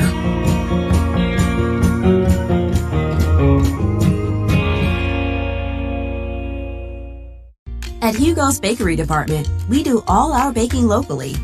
How you choose to enjoy all the delicious items we make is entirely up to you. Bakery fresh every day at Hugo's. Keeping it simple.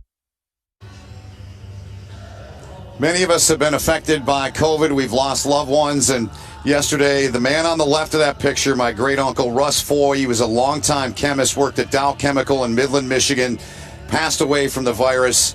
Thinking of the Foy family, my cousin Peter there in the back of the picture, his son, and just wanted to pay homage to a great man. He was a kind, caring, loving family man, and he will be greatly missed.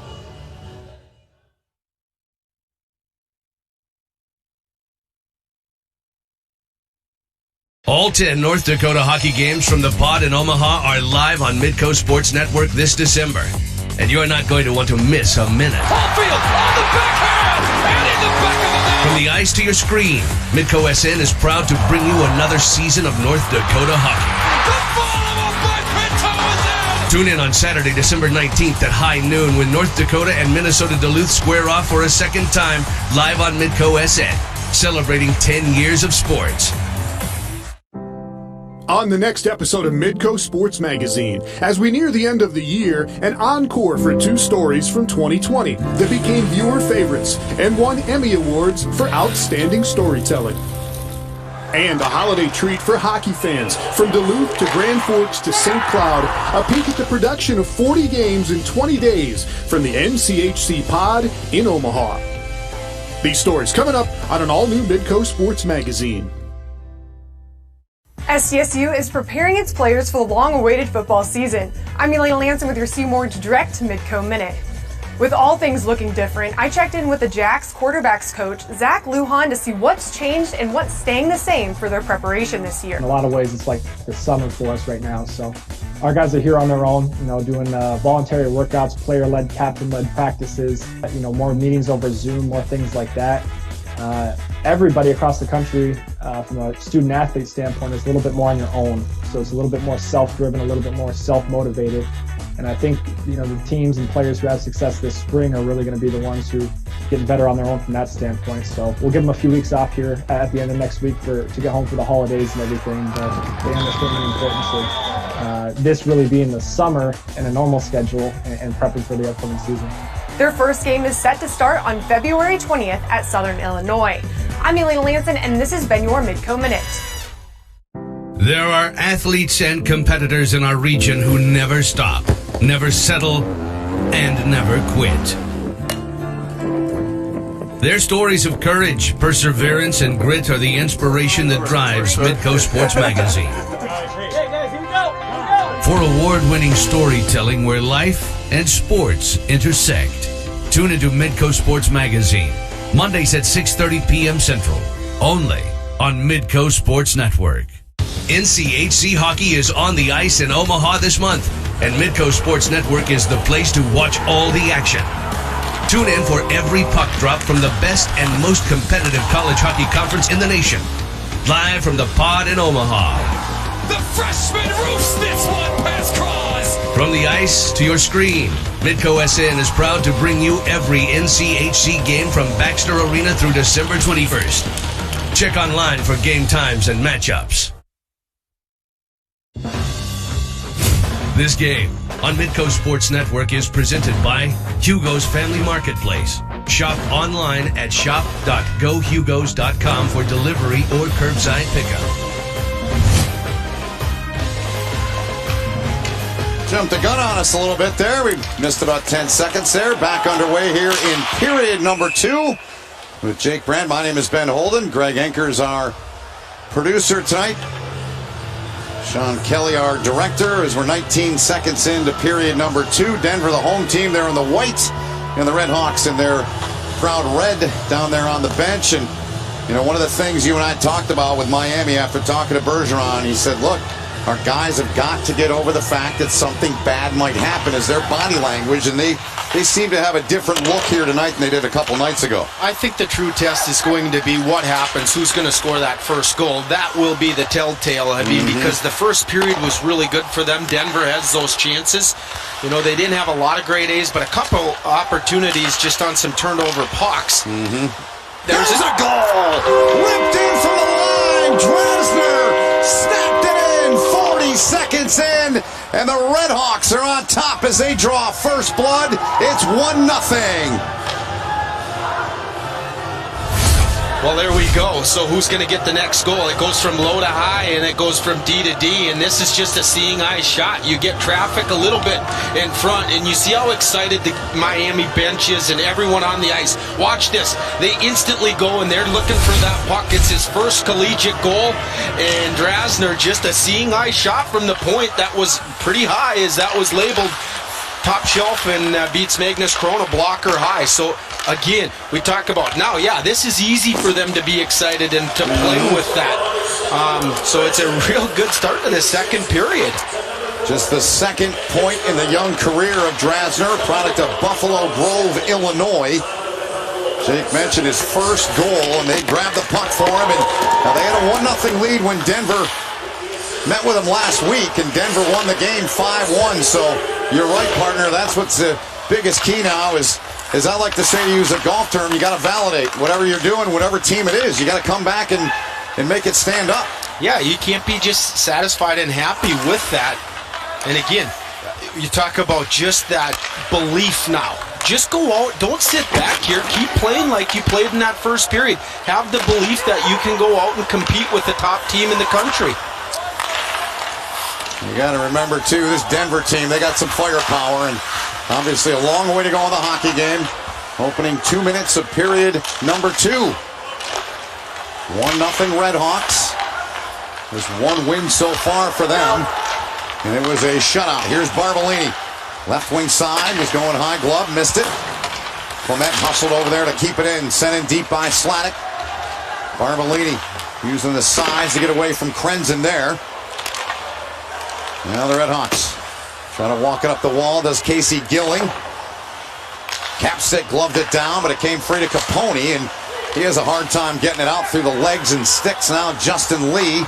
It'll snap one ahead off the left skate of Doremus. Into the zone it goes for Denver.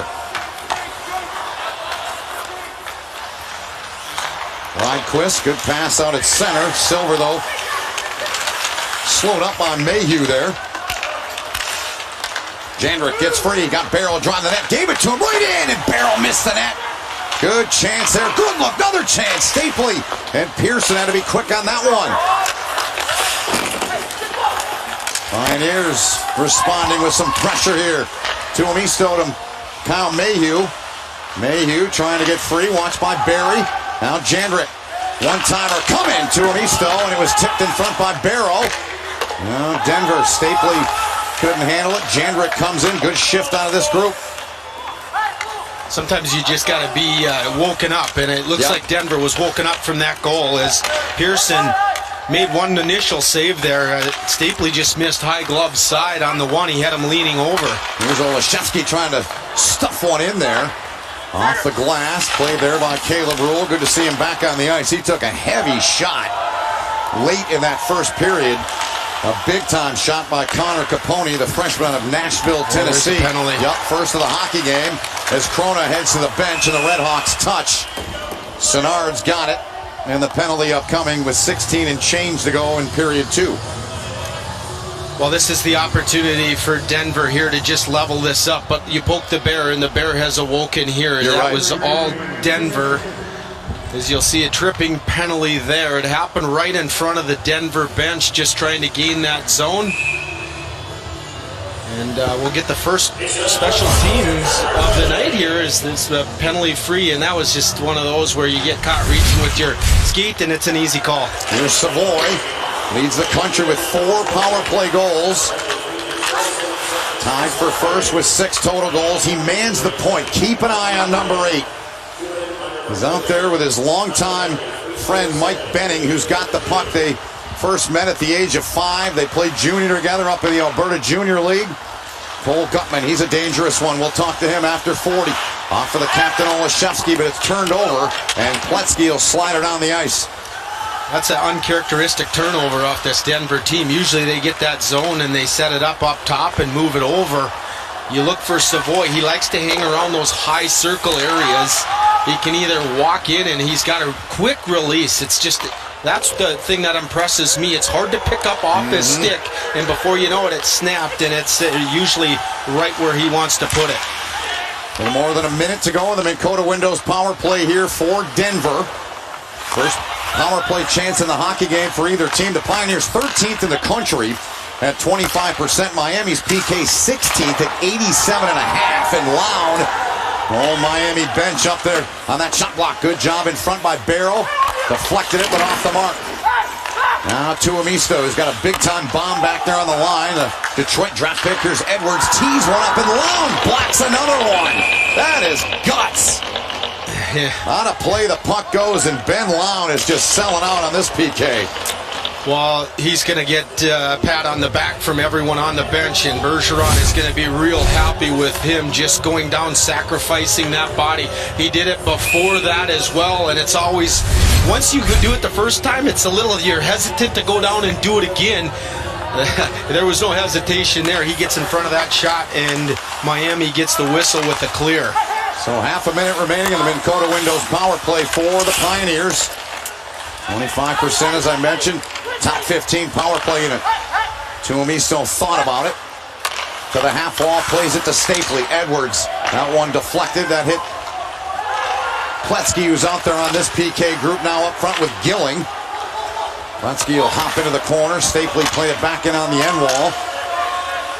Senard pestered in front, and that one off the pad of Pearson there, Jake. Close call, but they can't cash in as they're back to 5-on-5 as Graham's a free man. Well, that whole play starts with Jandrick on a good puck battle that he wins below the goal line, and he finds open space in front and a real good save. This Pearson's been special for Miami. Justin Lee, Barry watching him. Phil Nye, 67 into the corner. Chatted with him after 20. Denver can't get it out. Lee's got it now. He'll use the half wall to get it out. Heikkinen. And Capone was in there about 2 feet in front of him. Offside is called with 13:39 to go in period number 2. 1 goal on the board, the first in the young career of Robbie Drasner. The Redhawks have drawn first blood, leading Denver 1-0. All 10 North Dakota hockey games from the Pod in Omaha are live on Midco Sports Network this December. And you're not going to want to miss a minute. Caulfield on the backhand and in the back of the net. From the ice to your screen, Midco SN is proud to bring you another season of North Dakota hockey. Tune in on Saturday, December 19th at high noon when North Dakota and Minnesota Duluth square off for a second time live on Midco SN, celebrating 10 years of sports. On the next episode of Midco Sports Magazine, as we near the end of the year, an encore for 2 stories from 2020 that became viewer favorites and won Emmy Awards for outstanding storytelling. And a holiday treat for hockey fans, from Duluth to Grand Forks to St. Cloud, a peek at the production of 40 games in 20 days from the NCHC Pod in Omaha. These stories coming up on an all-new Midco Sports Magazine. Talked a lot about Chris Bergeron's team tonight, and one of the things he said too is the reality is we're capable of being better, and that really is the truth. I mean, this conference, you better be better. Yeah, he was really disappointed in the last game. He just felt like it was a 0-0 game. It was up there for the grabs in the third period, and then just didn't get that goal and felt like there was no compete. There was just like, hey, we're going to lose this game, so let's just fold the 10 in. That is what he wants to see. He's been part of this rebuild. He did it down in Bowling Green, and you could tell just in his voice he was still adamant. He said, I thought it wasn't good. I watched film, and it was not good at all. Yep. There's no gray area with him. There is none. He is about as passionate as they come.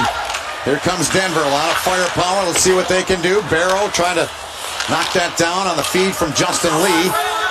Barbolini played it ahead. Capstick now plays it on left wing to Rule on the backhand end of his shift. He'll get it in deep for Miami. Puck came free to Jack DeRemus. Active game out of him so far. Energy guy. Now Barbolini challenged there by Stapley. Gilling finds it. Lays it back for Alec Mahalik out of Monroe, Michigan. Deflected off of Jack DeRemus there. Stapley trying to pick that off. Couldn't. Good touch on there. DeRemus was just inside the line, so he couldn't touch it there. Gilling. Left wing feed. Barbolini puts on the brakes. Sweeps it in deep. Slatic back there for Miami. Jandrick able to get it out of there for Denver. Good shift out of this unit last time they were out for the Pioneers. Mark Russell. Every time I say his name, it sounds like he should be a movie star. Yeah. It's kind of a unique name. Gilling lofts one in. Corona will drop that for Mayhew. Inside of 12 to play in the period. 1-0 Miami. Robbie Drasner had his first career point last week, an assist. Now he gets his first career goal against Denver. Likes playing the Pioneers, apparently. Pletzky lifts one out high. Bounces just shy of the line. Rydquist in there against Krenzen. Krenzen takes him into the corner. Pletzky now on the near side, half off. Sweeps it into the corner. Graham back there, watched by Olszewski.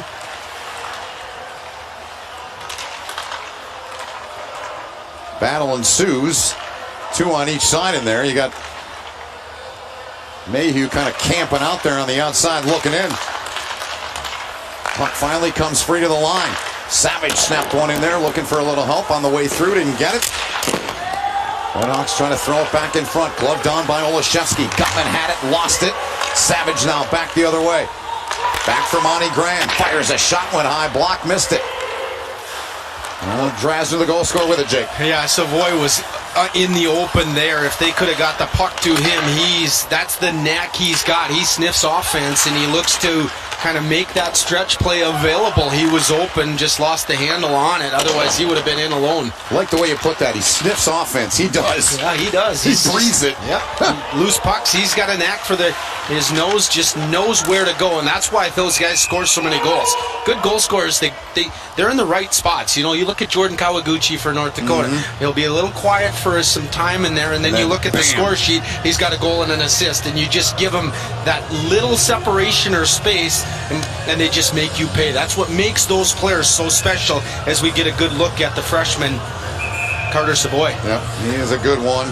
One of the best in the country, no matter what class you got. We got a timeout here. Timeout, Denver. Yep, Pioneers are going to take the timeout nearly midway through the period and the game with the icing call. And let's take a further look at this outstanding freshman Carter Savoy and what he's done. I mean, he came in and just made an instant impact. Yeah, that is savory. Those numbers are pretty savory. Well, it's just incredible, especially as a freshman. Sometimes it takes you to get a little, some games underneath your belt before you really start to find that stride. When you can come in as a freshman and start to score goals right away, it just seems like they come in bunches. Some players come in and struggle, and then you start fighting the puck a little bit. You start doubting yourselves if you can even score. So his transition coming in, just getting on that, getting those goals, getting those points. He's obviously on the power play, which that certainly helps that.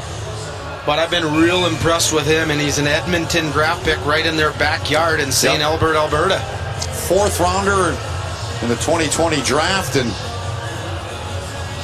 put up a pile of points and a pile of goals, and he's off to a great start. And a month ago in the first conversations that Dave and I had when we reached out to the coaches, the one thing that I wrote in bold letters was he is a Henrik Borgstrom-like player. I know you remember him. Oh, wow.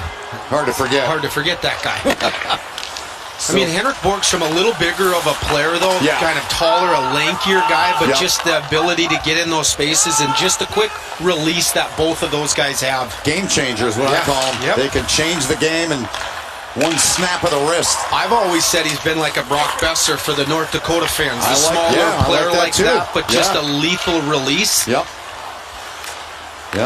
One of the best I've ever seen. You've seen a bunch and played against a bunch. I know you have, so well-versed in that department, among others. Out this center, the goal scorer, Robbie Drasner, will backtrack a little bit. Survey ahead for Barrie. 9.5 to go in the second period. One-shot hockey game. Drasner with a goal earlier here in period 2. Probably the best guy that I've played against with a release that was just something that you couldn't really explain, and there's some Colorado fans that probably will remember this name. It was Peter Sena. You were telling me that a couple nights ago, He would be able to set up right on the goal line on a power play, and you knew where he was going, and you wouldn't give him anything, and he still found a way to put it right underneath the bar over your glove. He was one of the most elite players that I've ever played against. Former Hobie winner. Yeah. A lot of people forget that. He had one heck of a year that year. Just lit it up. How many times did he get you? Too many. And it was just... It was something you couldn't do anything about it. You knew where he was going to go, and I mean, I'm telling you, if you gave him a quarter of an inch, he found it. Yep. Miami now gets it out of the zone. Good pressure on this shift here once again from Stapley's group with Doremus. And Edwards out there this time. Puck goes into the Denver bench. 8:28 to go in period 2. We'll see if the Pioneers can find the equalizer when we come back.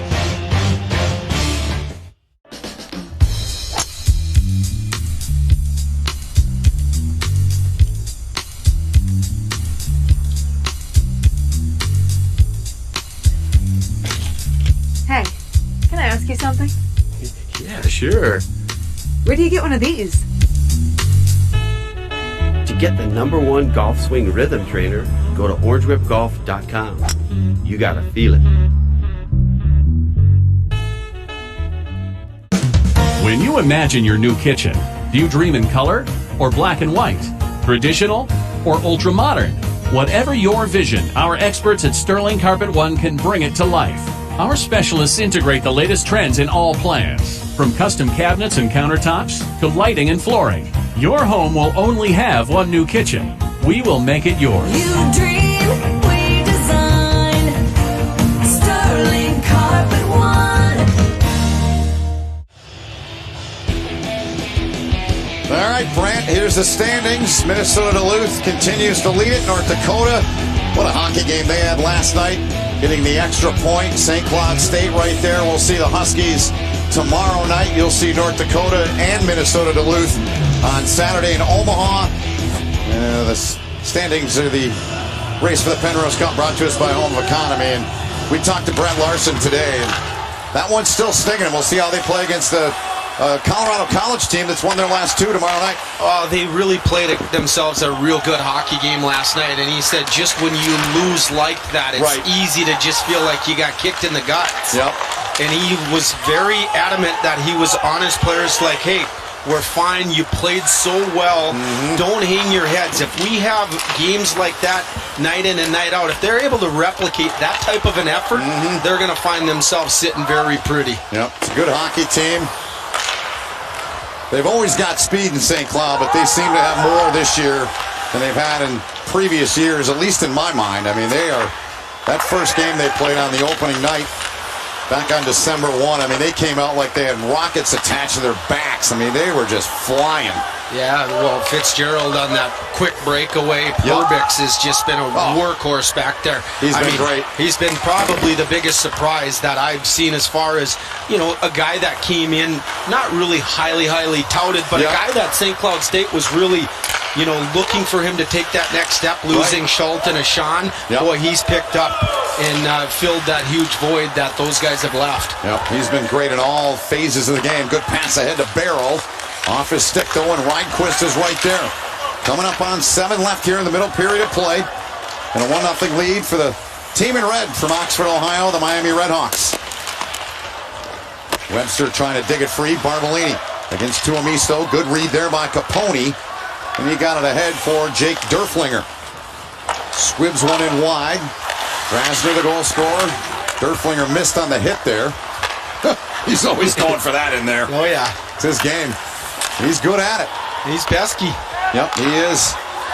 Here's Jaakko Heikkinen on the backhand. Good strong move and just fired it over the net. Tough to stop that move, and he came in. Nice job. Here's Nyes back the other way, battling in there with Mayhew. Phil Nyes had it poked away. Heikkinen's got it again. Tuomisto. Slowed up a little bit by Krona there. Dangerous play there as Mayhew had to be ready. Phil Nyes was in deep on the forecheck in there with Ben Lown. Senard knocked onto the ice there. Dilling slings it across for Drasner. Back this way they come to Senard. Mayhew trying to chip it by Lown. Blocked those two shots. Within what, about 15 seconds of each other on that PK for Miami? Yeah, probably. Very close. Yep, the only power play in the game for either team, just one penalty. Probably jinxed it there, right? I don't mind watching a little special teams. Yep. Miami, a little confusion on the bench there. Almost sent 2 guys out with 1 guy coming. We've seen quite a few too many men on the ice penalties. Yeah. Dave and I were talking about that yesterday, as this one's going to go up into the, well, not into the netting, past the netting. Is the benches being opposite, it does change dynamic a little bit in here, but nevertheless, 5:18 to go, and here's Jaakko Heikkinen, last chance for Denver. Well, this is a great play. Look at him lower that left shoulder. He makes it very hard on Dashkey to defend. So many players are just going to either play into the defenseman's hands there and just go behind the net or curl back. He drives that net, and it's a really hard save for a goaltender because you got to hold your position and honor it, but he's coming in with all that speed where if he goes over to the far post, now all of a sudden you got to try and slide over there.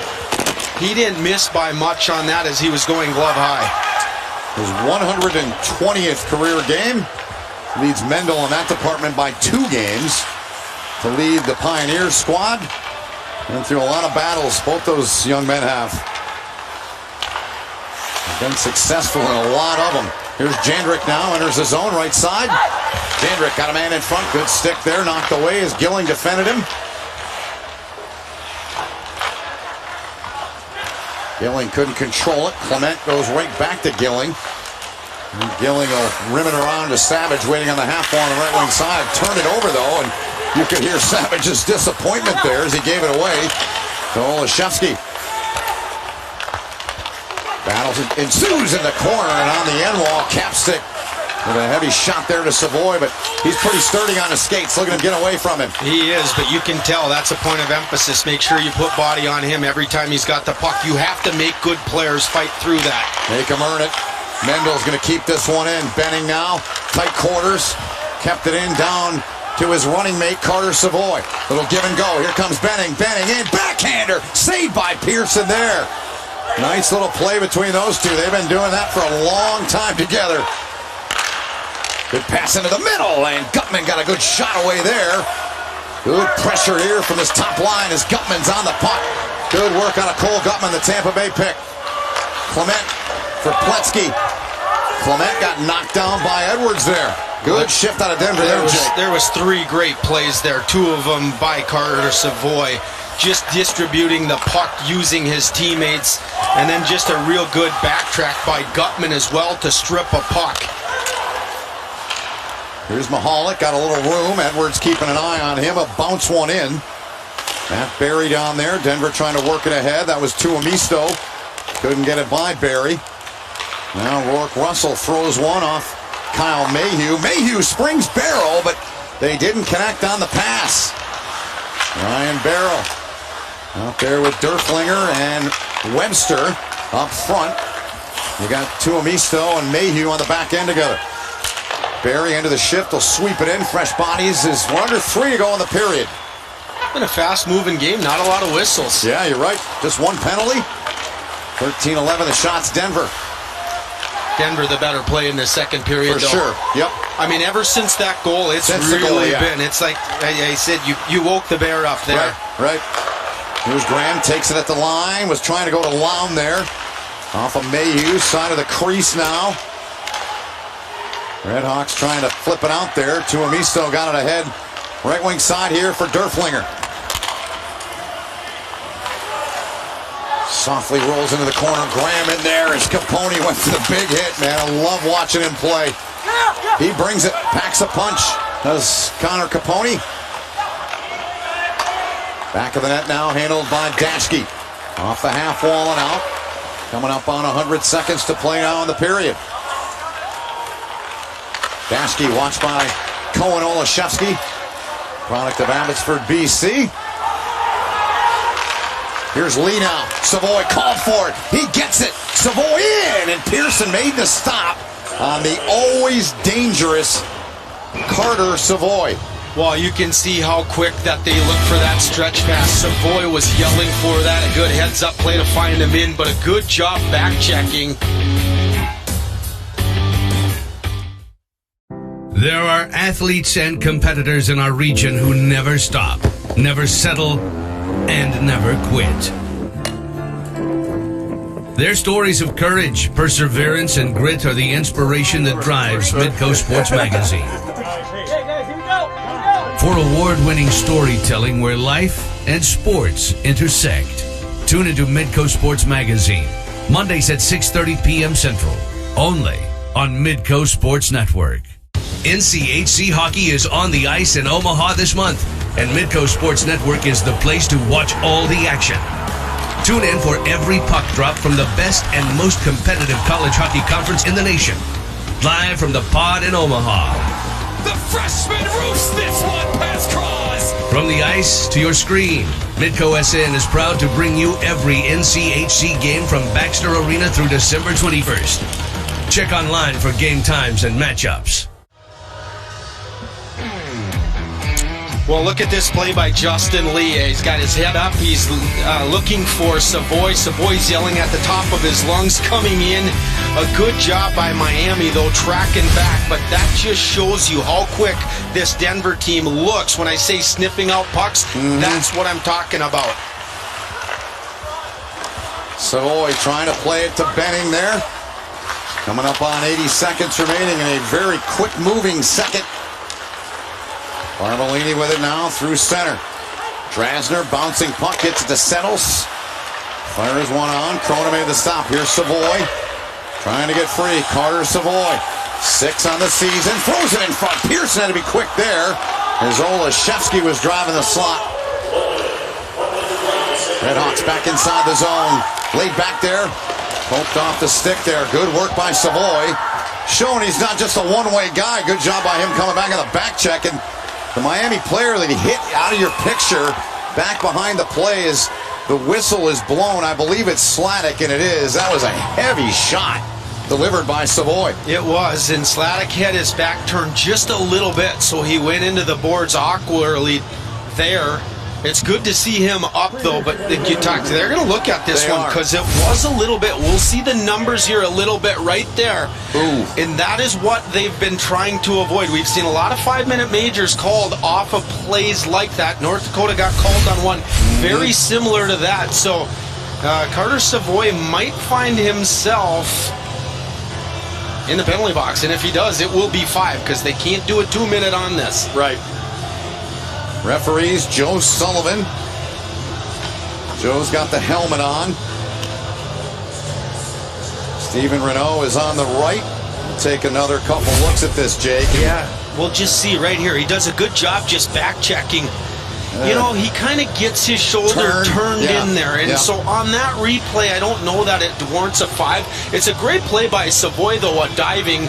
And you see that the shoulder turns in there, the numbers were there, but as he slides over, you see his right shoulder hit first here. I don't think it's enough, Ben, for a major penalty. I'm gonna agree with you on that. We're gonna get the word here as Renaud is coming out first, and I believe he'll give us the verdict. Or not. Sullivan's gonna handle it here.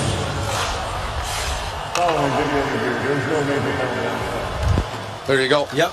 You just see that initially when he went down, it looked like the numbers were there. Yep. You know, you see a player laying down, and Carter Savoy, I mean, a great play by him to dive with his stick to just separate that puck off the stick. And then, like you talked about, not afraid to finish. He's had a couple big finishing checks as well. And there it was just where that shoulder thankfully turned just enough where he avoids a huge momentum swing in a 5-minute major. But the right call, I think, Ben, for sure. Agree. I agree with you. And yeah, if the shoulder's not turned, he's probably in the box for 5. So 46 ticks of the clock remain here. Ozone draw for Denver. You said it earlier. Miami's got a goal, but Denver's had better chances, but they haven't been able to penetrate and get one by Pearson yet. Pearson's been good. Yeah. He's made some of those subtle saves, and when the goaltender's playing well, you sometimes don't really see it in his game where he's making spectacular saves. He's just been in position and making these saves look easy. Here comes Denver now. McCade Webster brings it in. 20 seconds remaining in the period now. Loose puck came out to Barry. Got Rydquist with him. He'll drive the middle lane. Blew a tire trying to feed it back, and now you got under 10 seconds to go, and Miami's got 3 trapped in there, and that's going to essentially do it for the second period that sees 1 goal scored off the stick of Robbie Drasner. An even strength goal, Andrew Senard and Ryan Savage drew the assist. Your thoughts on this one through 40? Well, it was a much better period for Denver, but again, we talked about the keys to the game, and it's finishing on those grade A chances. Way more grade A opportunities for Denver, just unable to cash in and find the back of the net. We'll step aside after 40, a 1-0 lead for the Redhawks of Miami on the first career goal for Robbie Drasner. Carter Savoy and the Pioneers put some heat on, but they haven't gotten one by Pearson yet. We'll talk with Cole Gutman on the other side.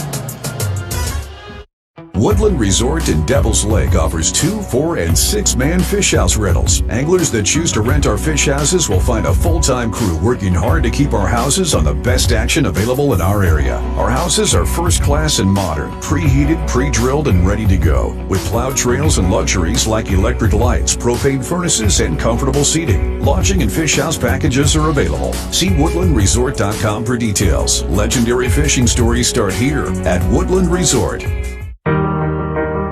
To ourselves and the people of Grand Forks, we made a commitment to provide exceptional medical care. Now, with our tradition of excellence and vision for the future, we're building on that promise. So you can always receive the genuine care you deserve from faces you already know. Welcome to the new Grand Forks Clinic. Hi, this is Jared Langenstein, General Manager at PS Garage Doors, and today the PS stands for the perfect spot. That's right, we've moved to the perfect location to serve our customers with the same great team and the same great service you've come to expect from us for 46 years. See our new showroom at 4733 Demers Avenue in the Industrial Park, 1 block west of the interstate. Visit us online, on Facebook, or call us today at 772-DOOR. PS Garage Doors, your garage door store since 1974.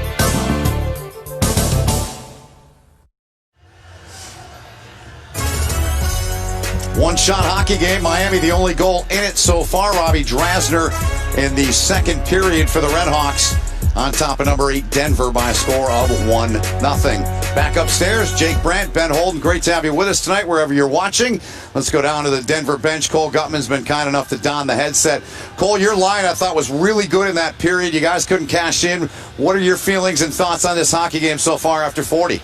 Yeah, I thought we had a slow start, but it's been a lot of fun playing with Stav and Ole here. I think it's big for us to get pucks behind their D and get in hard, and we should be successful.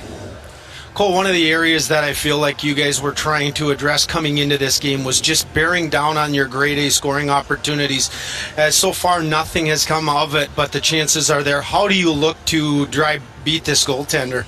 I think we just got to keep shooting. I mean, the chances are there. We're only 2 periods in, but if we keep applying the pressure and shooting pucks, one's going to squeak in. So I got to ask you, when Jake and I talked to David Carr, your head coach, yesterday, he told us about how in the offseason you came to the coaching staff and you wanted more responsibility. Can you kind of give us the thumbnail of that and how all that's worked out? Yeah, it's been a big goal of mine to be a full 60-foot player here, so I wanted more responsibility in the D zone, and that was something that I worked on a lot in the summer with video with the coaches and on my own. So coming to the season, I really wanted to gain their trust when it comes to that aspect of the game. Great stuff. Cole, appreciate the time. We'll let you get in and get ready for the third. Thanks for doing this. We appreciate it. No problem. Thanks, guys. All right, Cole Gutman out of Los Angeles. They've had a few guys out of L.A.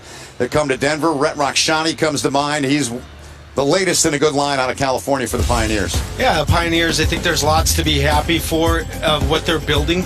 It's just, can they find a way to solve this goaltender who's been red hot in this pod? We'll find out. Ludwig Pearson, so far, so good. Back with more after this.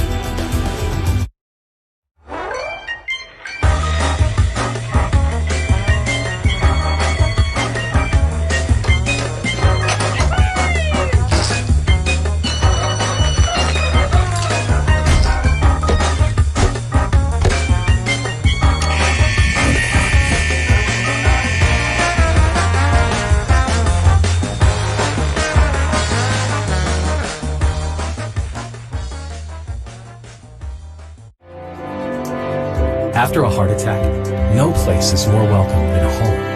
At the Avera Heart Hospital, we're driven to get you there sooner. With the most experienced cardiovascular team and the latest technology, we're leading the breakthroughs of tomorrow with pioneering research that makes better outcomes possible.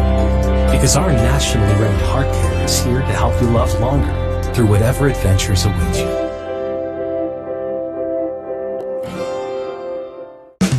When you imagine your new kitchen, do you dream in color or black and white, traditional or ultra-modern? Whatever your vision, our experts at Sterling Carpet One can bring it to life.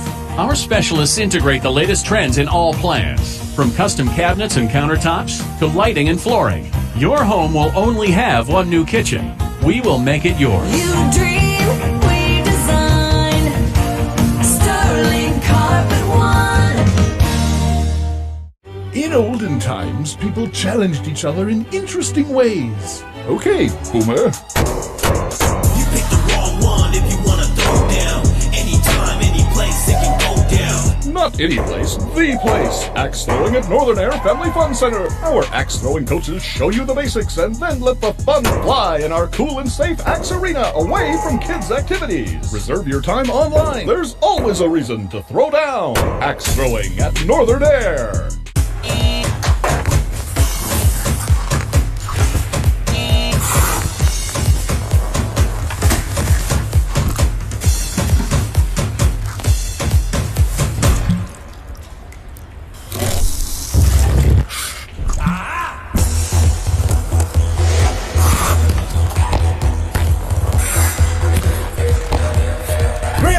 Everything a sports drink should be. Official sports drink partner of the NCHC.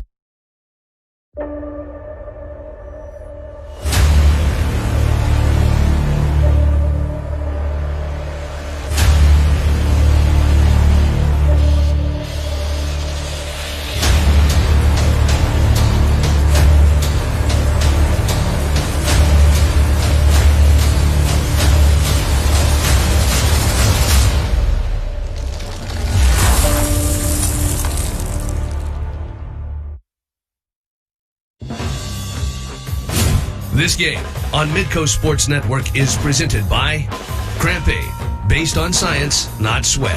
Official sports drink partner of the NCHC. Slow day for the Zamboni guys. Just one game in here today. Back at it tomorrow with a couple beginning 3:30 and 7:30. Jake and I will have the late one. David Brisson will join me, former Maverick, and he was a heck of a player back in his day. So we're looking forward to tomorrow. But first things first, Jake Brandt, we got to look back at the moving pictures and the key highlights from the second period. Take us through those, my friend.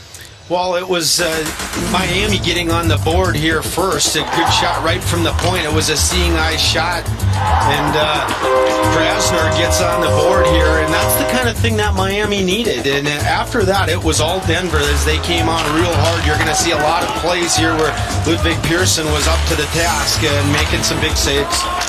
Well, we just talked to Cole Gutman, and that line with Savoy and Olszewski, I mean, they generated not just their line, but I think all their lines generated a lot more. There's Savoy trying to get in, another big stop by Pearson there. Well, and they generated them in a few different areas. They generated off the cycle, they generated off of tracking back, stripping pucks, and they generated them off of the stretch pass. That is what makes them so dangerous and hard to defend. Anything in particular stealing your attention here, numbers through 40? Not really. It's been kind of that even game. I felt like Denver had way more. If there was offensive zone time on that, I think it would be real steered toward Denver in that second period. They just got to do a better job of when they get those grade A looks, trying to find a way to solve this goaltender. Well, this guy manned the crease for 4 years at North Dakota, so I got to get your assessment on both these goalies so far. Let's start with Cronus so far. Well, they're both Swedish goaltenders. They're big blocking goaltenders, and they're doing a real nice job. This Pearson has been kind of the story for Miami, though. I mean, you look at his numbers. We talked about him. They're just ridiculous numbers on a team that has not had a lot of success with the wins. So he's giving this team an opportunity. He's kind of putting them on their back, making those big saves.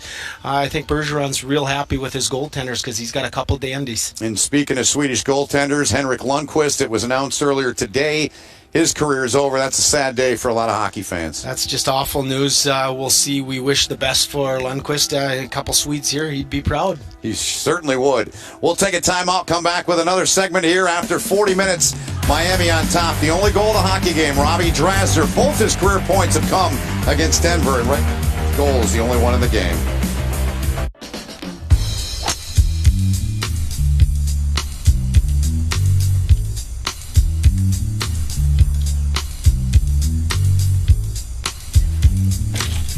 Hey, can I ask you something?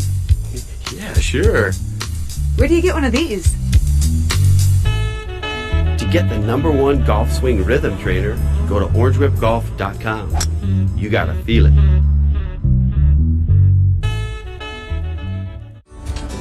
Life is full of important moments.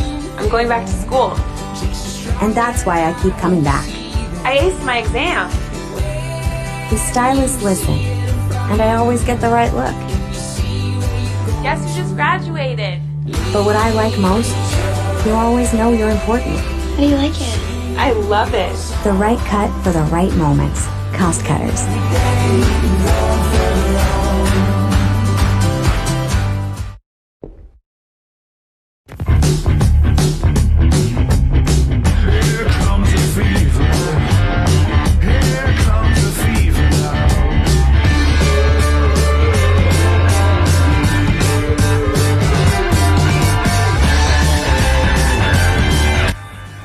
Vinyl is just better. Midwest built, Midwest tough. Guaranteed for life. Minn Kota Windows. Storm advisory has been changed to a blizzard warning. When you lose power, get it back fast with a portable Honda generator from Home of Economy. Easy to haul, tough and reliable, and ready to start with a simple turn of the key. Why settle for anything less than the clean, quiet power and peace of mind you can only get with Honda? Just don't be surprised if you generate new friends. Pick up a Honda at the guaranteed lowest price, only at Home of Economy, where your dollar buys more.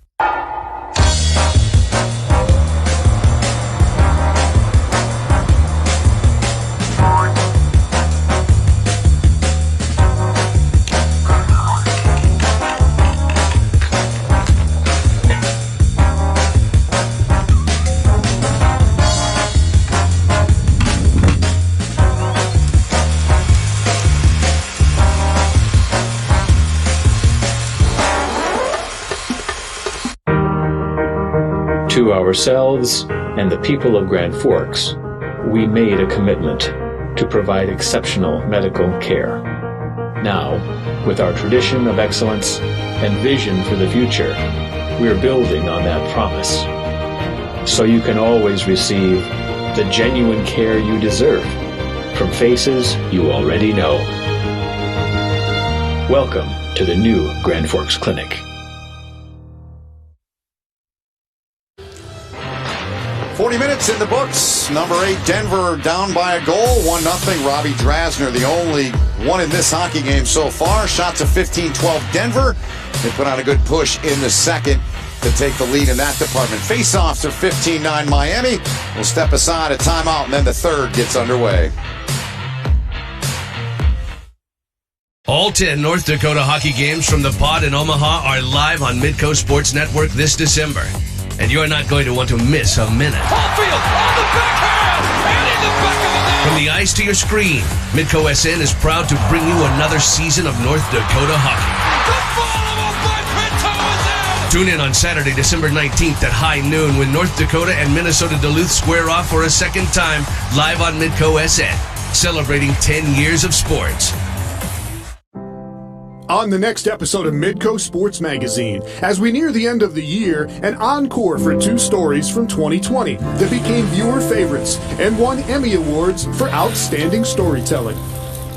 And a holiday treat for hockey fans, from Duluth to Grand Forks to St. Cloud, a peek at the production of 40 games in 20 days from the NCHC Pod in Omaha.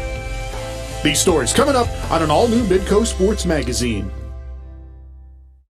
Rapid City Post 22 American Legion Baseball's indoor facility gets a new look. I'm Elena Lanson with your C Mortgage Direct Midco Minute. Following the $5 million facelift, Post 22 Baseball has been selected to host the 2022 and 23 American Legion Baseball Central Plains Regional Tournament. As far as the updates are concerned, it's everything. You know, everything was torn, everything was demoed, everything was torn down. We're getting synthetic turf all the way to the infield and outfield. The grandstands will be covered, new concession stands, new bathrooms, new press box.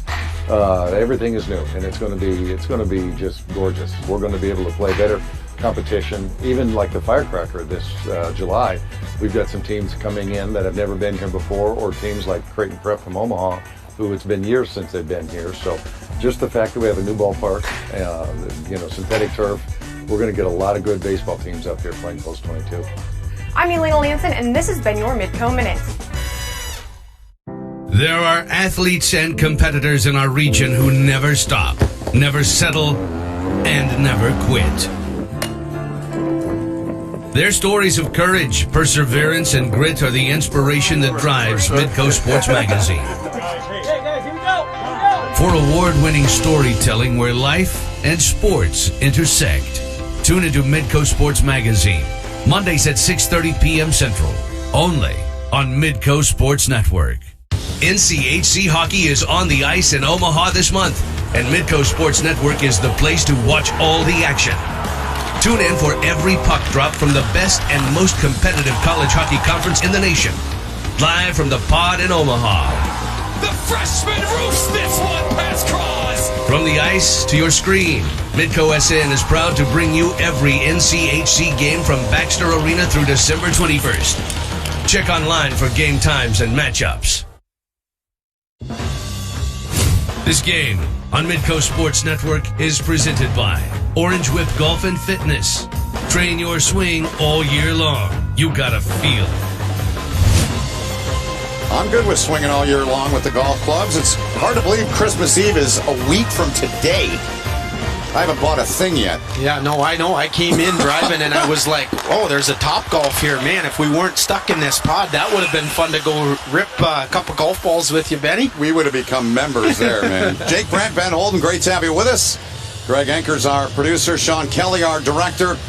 Appreciate all the fine folks on the Midco Sports Network crew doing a great job in here, working their tails off and making us look and sound good. David Carl, his team in that second, they got a lot more going than they did in the first, and they're just one flick of the wrist from tying this game up. This one touched in the bench area as Brian Silver tossing the puck back out. Well, you could see they went a face-off, and they had two forwards flying the zone, so what they were looking to try catch that defenseman, it was high enough where you're hoping he's just going to try and hold that in, and it goes and slips by Dashke, and then all of a sudden you got numbers going north, but that one just went into the bench. Loose puck jumped on by Mendel. Floats it up the wall. Olszewski, their captain, gets in there first.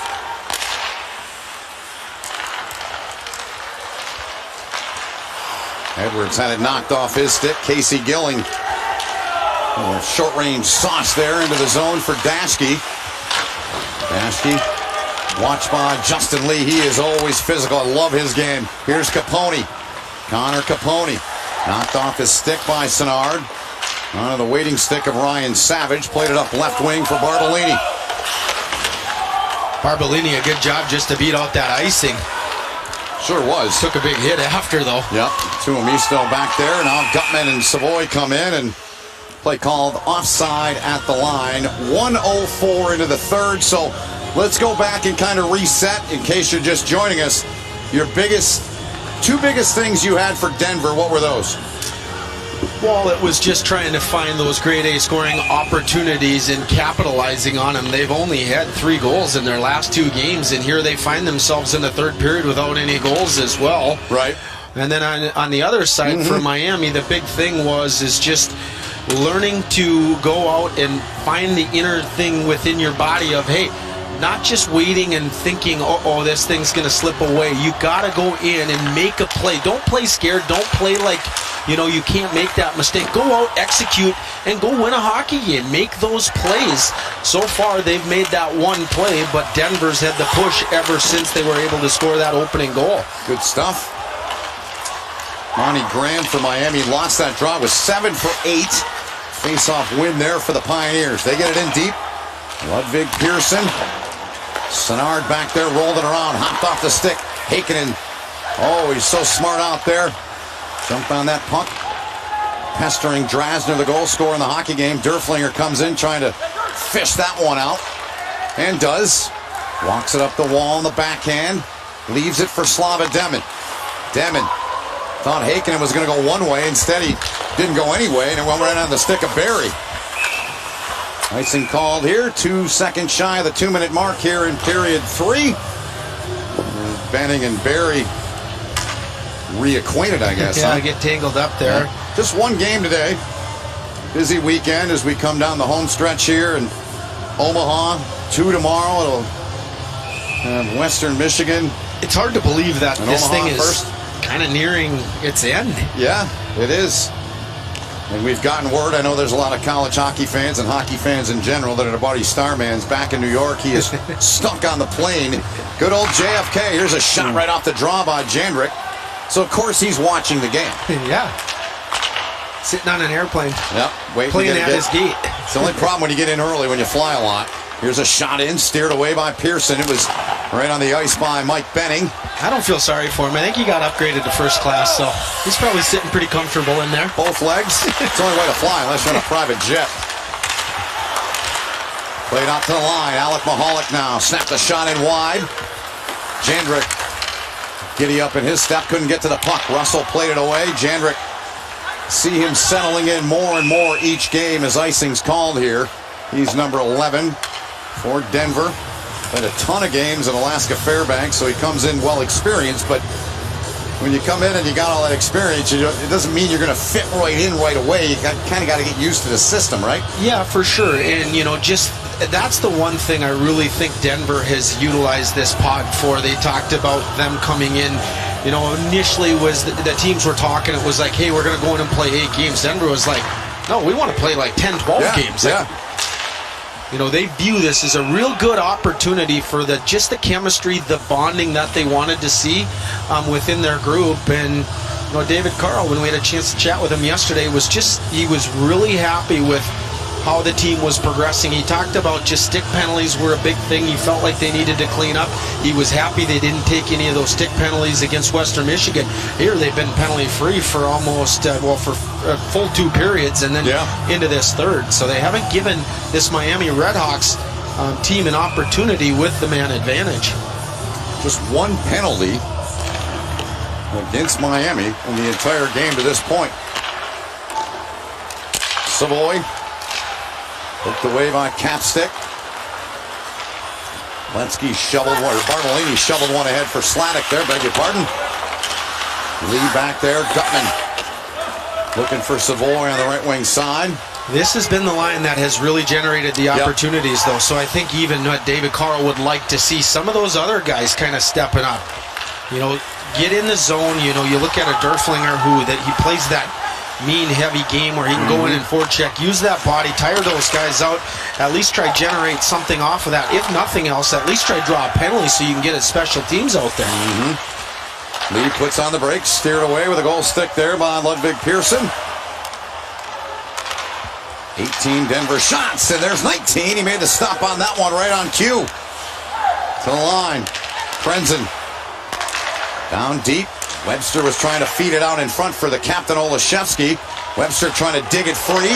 They go hard to the paint. They're all bunched up in there, and Pearson finally reaches out and freezes it 11 seconds shy of the 4-minute mark. Well, a couple opportunities with this right in front. This play started with a shot from the point that was put wide purposely just to create something or a type of scrum in front. Just a loose puck there. A good job by Miami, though, tying up. Look at all the bodies in there. It's the body position where you got to try and get in there and take away the hands from the defenders, which gives you that extra space where you can get a stick on it there. So a good job for Miami just keeping Denver away from that area where they could get a stick on anything. Draw to the right here of Ludwig Pearson, Barry and Heikkinen. On the stick of Ben Lown with Nyes. Nyes cut back in to stay onside. This line's been active for Miami tonight. Barry, Nyes, and Lown. They go against Derflinger. Heikkinen and Barrow this time around for Denver. Swept to the line, Barry. Banked it on. Quick shot, wide of the target, hit Benning. Benning pressured in there by Nyes. And there's a penalty up as Benning's going to sit with 15:35 to go as he tripped up Nyes. Good battle in there and good work on a Nyes in there to grind it down. Well, and that's what I was saying what Denver needed to do. You got to get some of these other guys in so you can grind and get that cycle game going. If you don't generate a scoring opportunity off of it, this is exactly what you do, is Benning's guilty for a trip. So we'll see the first power play opportunity here for Miami. And again, it's just down low. Look at this. Nyes, a good job. Benning slips around and gets through him, but because Nyes is so aggressive and doesn't quit, that's the little things that I think Bergeron will be really happy with, those puck battles that these guys are winning, and now all of a sudden it's a good opportunity for them to try and get this game 2-0. On the Minn Kota Windows power play, the Redhawks are 1 for 24 on the power play, 4%. 42nd in the country. This is another penalty on Denver. Pearson to the bench. I love that play. They're going to throw the puck right away because they want that extended 5-on-3 time. Yep. We're going to get the call here momentarily. It was a big hit right in front of the Miami bench. Yep. It was such a big hit that we'll see here. It's Derflinger. Stefan Renault with a call, so a 5-on-3 here for 137, barring any other penalties. If you want to get your power play going, this is a great opportunity. This is just, that's the play that Derflinger, usually he's creating guys to do that because he gets them so mad. That one there, he's going to want back. Here's Gilling now, the 5-on-3, snapped it in there, Barbolini in front, and I believe it hit him as Denver sends it down the sheet. Pioneers on the penalty kill. They're 41st in the country at 72% on the PK. They've got Mendel, Barrow, and Lee out there. The 3 killers for another coming up on 65 seconds remaining in this 5-on-3. Daschke to Gilling. Barry back to Gilling. Here comes Daschke with a one-timer deflected. Barbolini's in front. Savage settles it down. Barry surveys. Now shifting with Casey Gilling. Down on the goal line. Back to Gilling. They want Daschke. Pulls the trigger. Missed the target. 40 seconds to go now in the 5-on-3. Here's Barry. Takes a look. Goes over and missed it. Savage. He had it there, Jake, and missed it. He had too much net to shoot at. Sometimes it's hard to hit a wide open net. You just need a little space in there. He goes between Magnus Corona and the goal net. You could see right when he let that go, he looked up into the sky. He knew he missed a grade A opportunity. Under 20 to go now in the 5-on-3. First penalty to Benning, down to 15 seconds. Gilling. Now Daschke. Snapped the shot, blocked by Olszewski. You hear the Denver bench reacting over there. Saw that out of Miami earlier, and that's going to do it for the 5-on-3 as Benning's out of the sin bin and a free man. Just 20 seconds to go in the minor to Derflinger. Well, it's been the shot blocking that's been really good for Denver. As you see right there, the stick gets knocked out of the hands by Justin Lee. Webster fell down. Slatic peels back to Rydquist. Open man is Rourke Russell. Back to Rydquist. The Swede fires and missed it on the glove side. Russell's on the wall.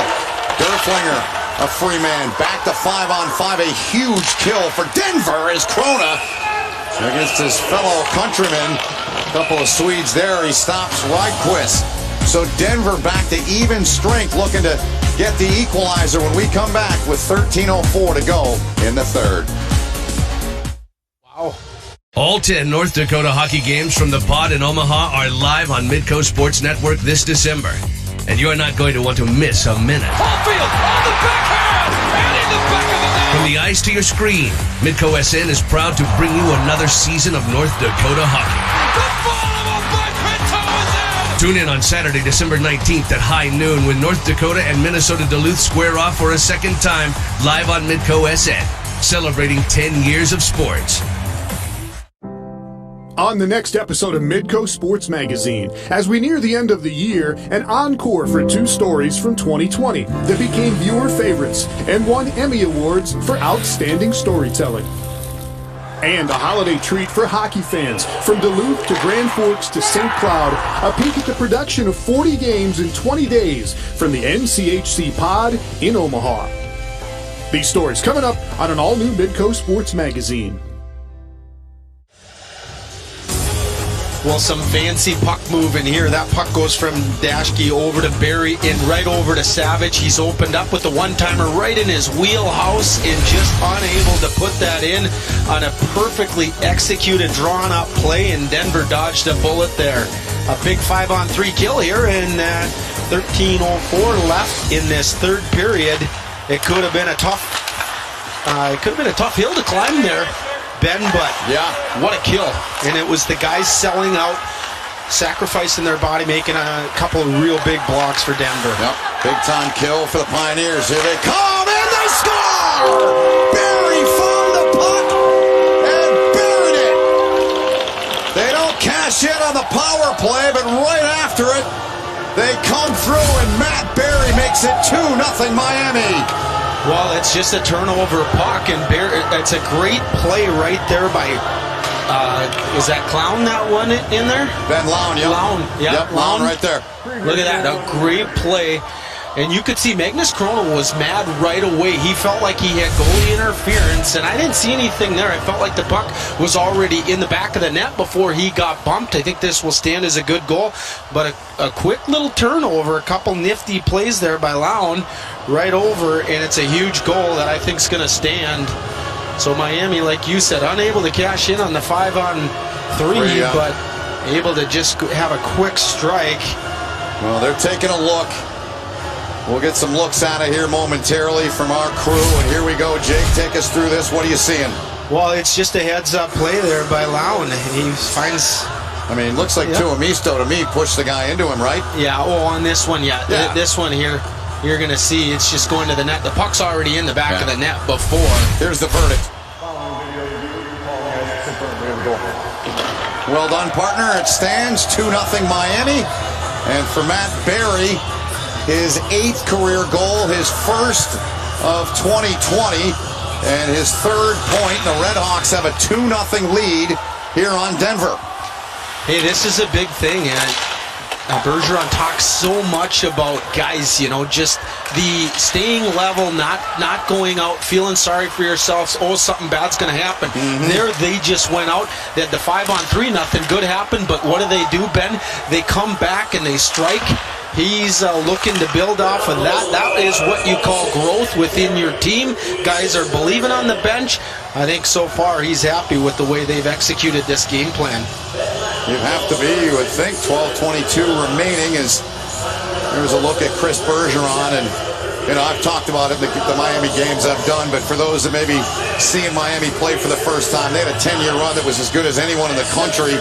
Got to the championship game in 09, lost a heartbreaker to BU, went to another Frozen Four not long thereafter, and they've had a lot of success, and Bergeron trying to resurrect it.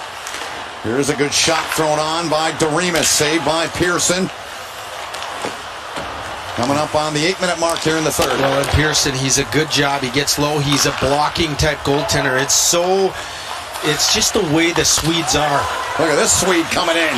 Rydquist and another Swede, and Krona had to make the save there on the side of the crease. Sticks that one away, does Magnus Krona. Mendel took a swat at it. Couldn't get it out now. Benning. He'll survey. Slings it ahead at the line. Onto the tape of Stapley. On right wing for Olszewski. See what Denver's response is here. They did a wonderful job on that 5-on-3 to kill it. Barry overskated the puck. Now backtracks to find it. Lown will redirect this one in as Krona. With Lown right there in his kitchen. He'll freeze it with 11:18 to play in the 3rd.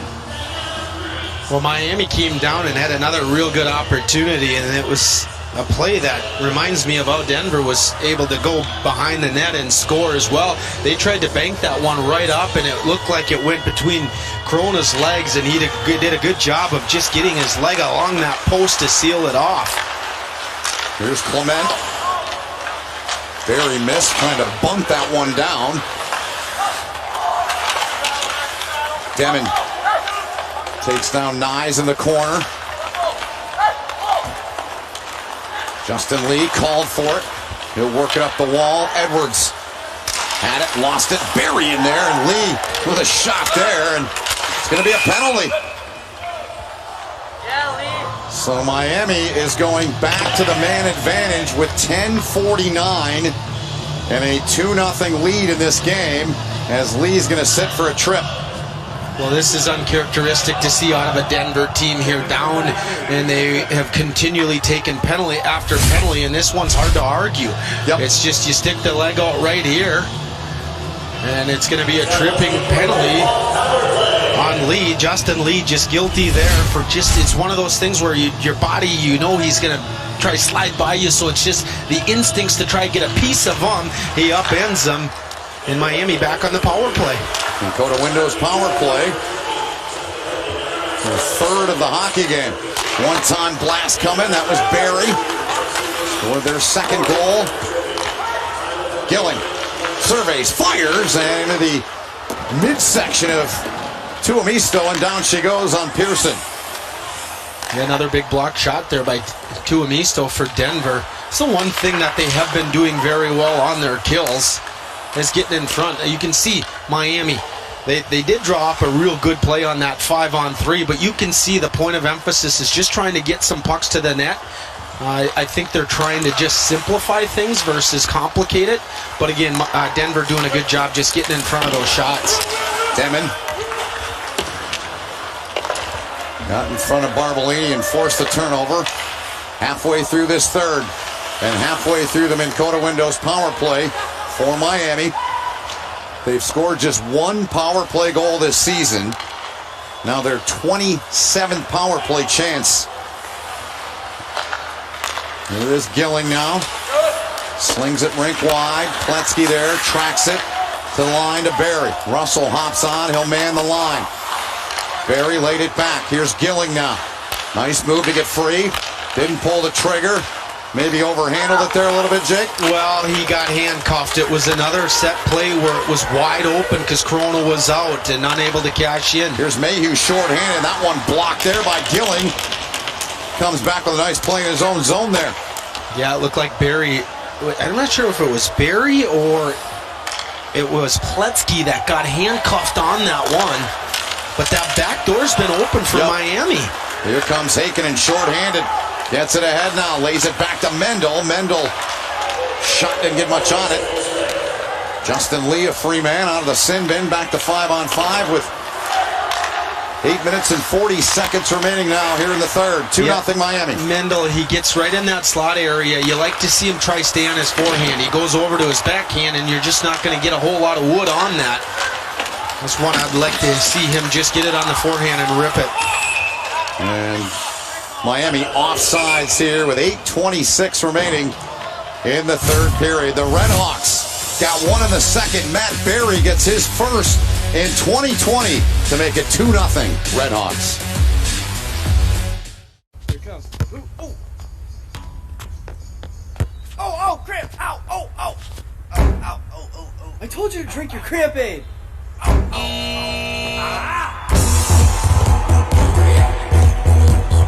At Auto Finance Supercenter, every vehicle we sell is inspected, backed with a warranty, includes roadside assistance. Plus, with your purchase, you'll get oil changes, gift cards, car washes, tickets, and other great stuff with our Ride With Us rewards program. Auto Finance Supercenter lets you establish or rebuild your credit. You make it happen. For friendly, fast, and easy auto financing, call, stop in, or go online.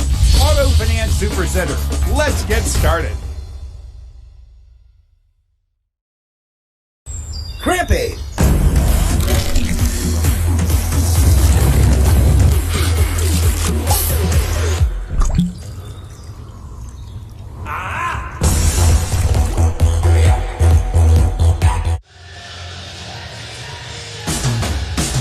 Doubleheader tomorrow begins at 3:30 with Western Michigan and Omaha.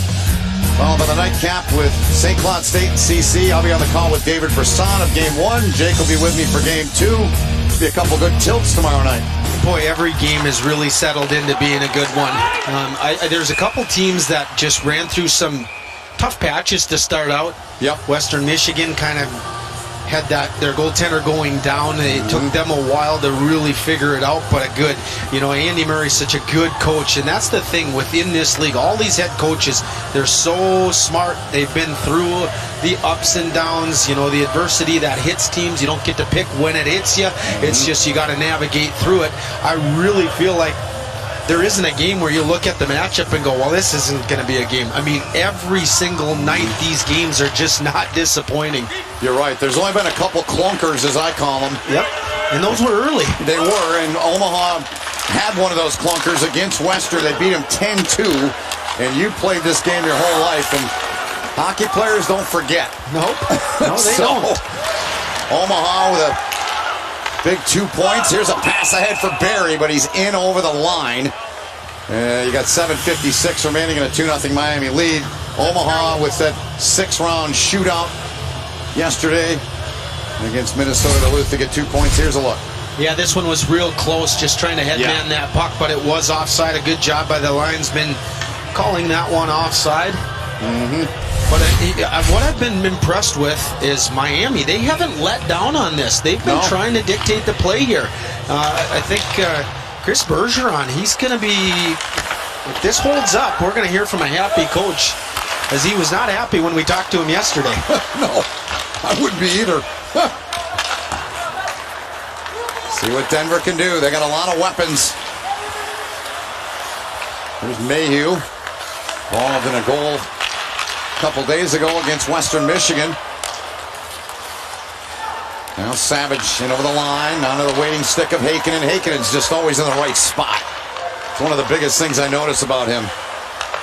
Just a smart player, and we got into that conversation about Marian Hossa. I'm not comparing him to Marian Hossa, don't get me wrong, but players that find that open ice, man, they're so effective, and he is very effective. Here's Lee, good look. Fired it over the net. Barbolini there for Miami. Kind of whiffed on it there. Came free to Dorflinger. Diving effort there. Turned in by Monty Graham, who's been good in the dot tonight for Miami. Now Barrow. Cycled it back into the corners. Taken away by Capstick, and then he played it off of Cole Gutman. Now Gutman trying to get free. Onto the ice, here they come. Hot shot, bouncing puck.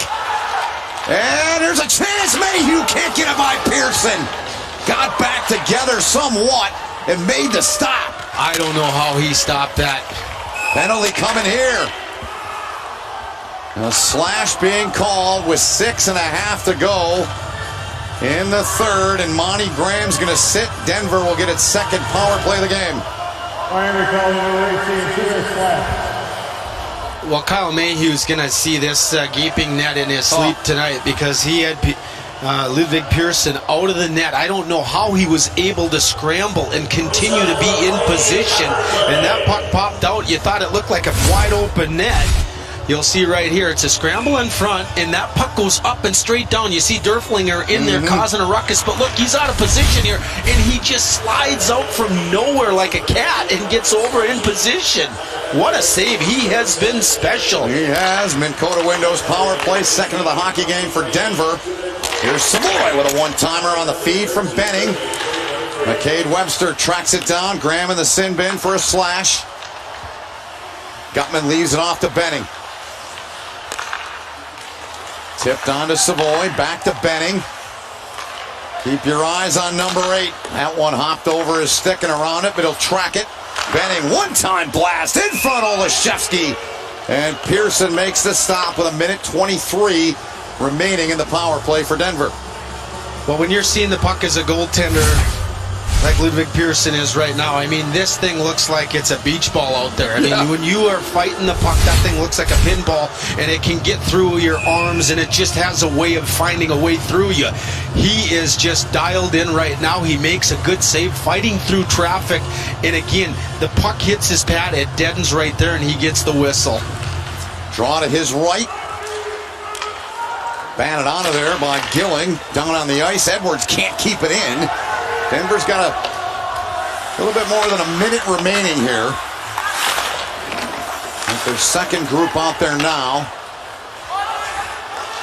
Edwards takes it on the backhand. Pair of 28s. Plensky got away from him. Nyes hops on for Gilling. Edwards at the line. Dumped it in. Pearson tipped it. On the dump in.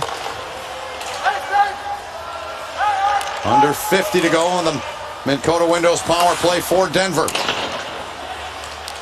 Bouncing puck, Edwards didn't get it to settle.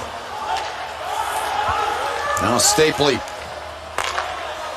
The Tuomisto coming up on half a minute to go on the man advantage.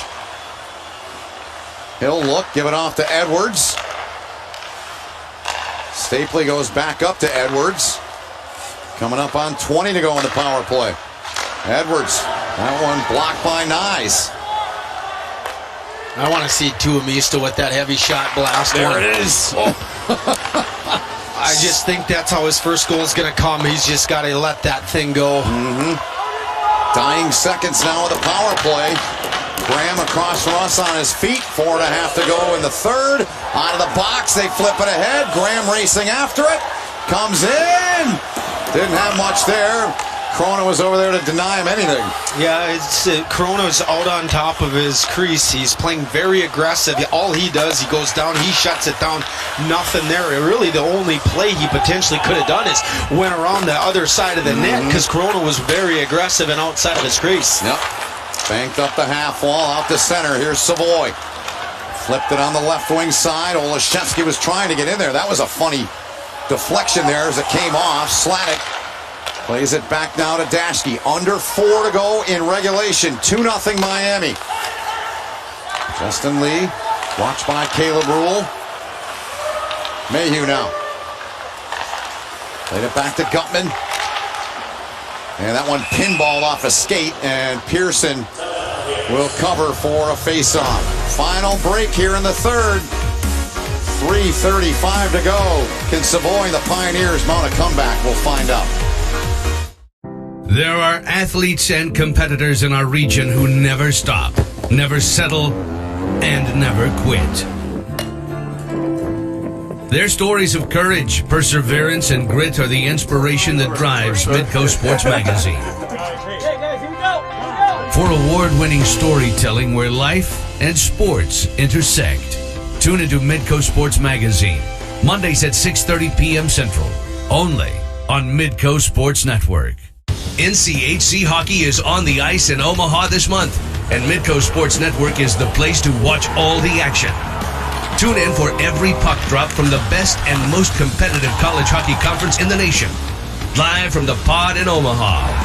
The freshman roofs this one past Cross. From the ice to your screen, Midco SN is proud to bring you every NCHC game from Baxter Arena through December 21st. Check online for game times and matchups. Time to hear from our friends at Hugo's for our delivery of the game, Jake Bryant. Well, this is a seeing eye shot that just finds a way to get through. Drasner picks a good time to find his first goal. As that thing was just labeled top shelf, I think Magnus Corona didn't quite pick it up right off the stick as he was looking around, and what a time to get your first collegiate hockey goal, huh, Benny? Yep, he's got 2 points, both against Denver. Had an assist a week ago in a 5-1 Denver win. 3.5 remaining here in regulation time. 2-0.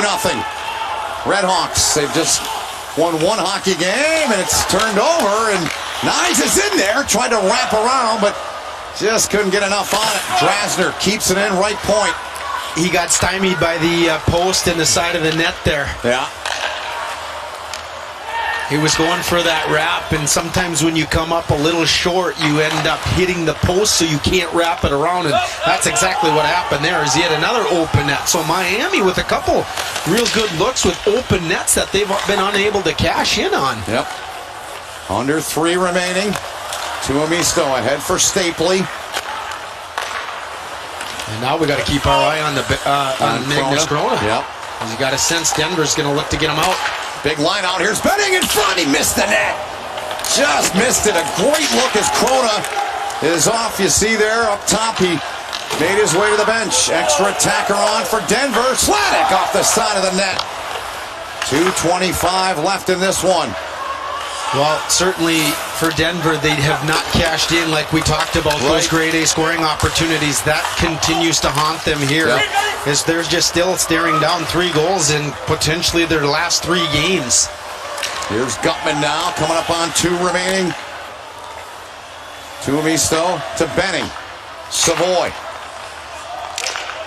Back to Benning. Benning, that one deflected down there by Webster.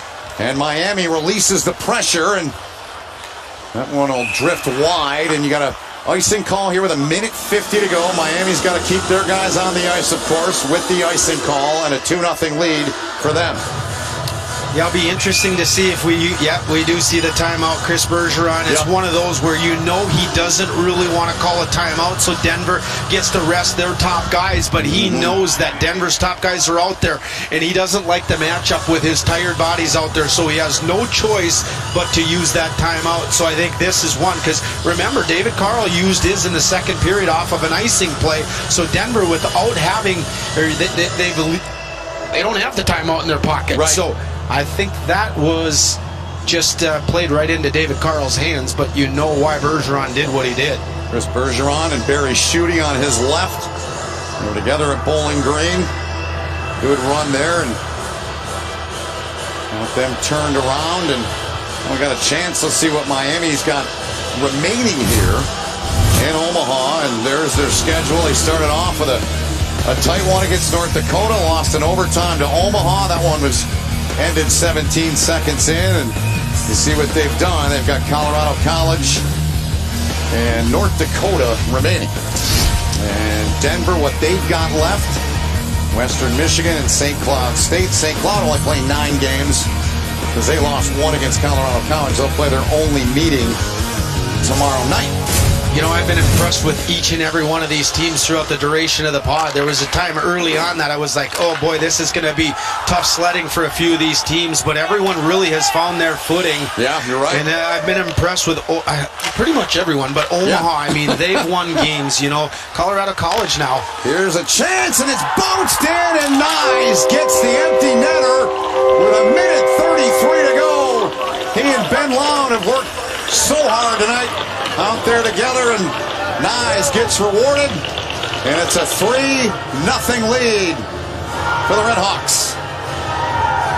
Well, Phil Nyes had a couple opportunities in this game. I felt like he was a guy that I feel like just was ready to come out of a little shell that he was in there.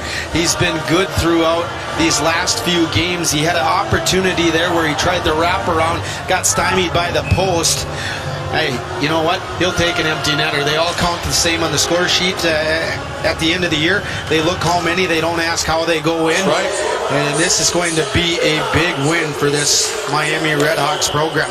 One of those kind of historic things that you look to really build some of these building blocks that Bergeron's trying to accomplish here in Miami. Nyes with an assist on the goal by Barry, a 2-point night, his first points of the season. As you got 70 seconds left in this one now. So Denver, great chances in the second. Couldn't get anything by Ludwig Pearson. Now Demon carries it over the line for Stapley. Stapley, and a backhand one through there. Russell in the way to the line. Krenzen, blocked by Savage. Final 45 seconds here. Jandrick. Separation to Doremus. Good play there by Pletzky. Chipped out by Mahalik. And we come up on 30 seconds remaining in the hockey game. These guys right now for Miami, you're just playing for your goaltender. They know what's at stake. They're going to try block shots. They're going to do everything they can. They're battling here, trying to get this puck out of the zone. They don't want another shot on their net. Well, Pearson is now 15 seconds away. Don't say it. Don't say it. From another victory. There you go. I know the rule. Here's Barry. Barry with it. Turned it over. Doremus now. Final 5 seconds. As number 5, Clement, comes back.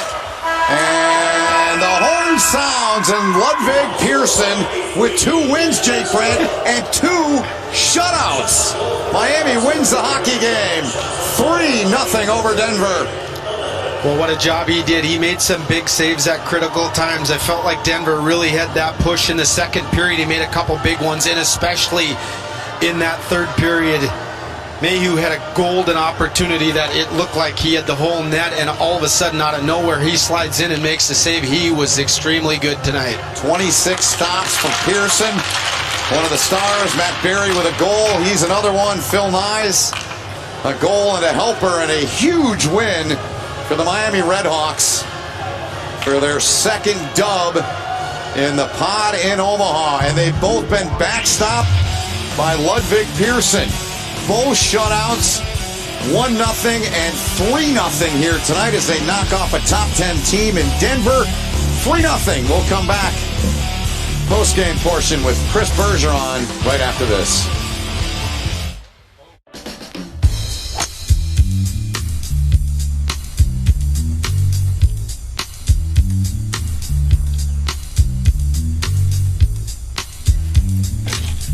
Hey, can I ask you something? Yeah, sure. Where do you get one of these? To get the #1 golf swing rhythm trainer, go to orangewhipgolf.com. You gotta feel it. Woodland Resort in Devil's Lake offers 2, 4, and 6-man fish house rentals. Anglers that choose to rent our fish houses will find a full-time crew working hard to keep our houses on the best action available in our area. Our houses are first-class and modern, preheated, pre-drilled, and ready to go, with plowed trails and luxuries like electric lights, propane furnaces, and comfortable seating. Lodging and fish house packages are available. See woodlandresort.com for details. Legendary fishing stories start here at Woodland Resort. Thrilled to have you with us. The nation's top teams. America's #1 conference is back. See every play, every hit, every goal on NCHC.TV. Your home for more than 100 live games. Stream anywhere from the start of the season leading up to the Frozen Face-Off.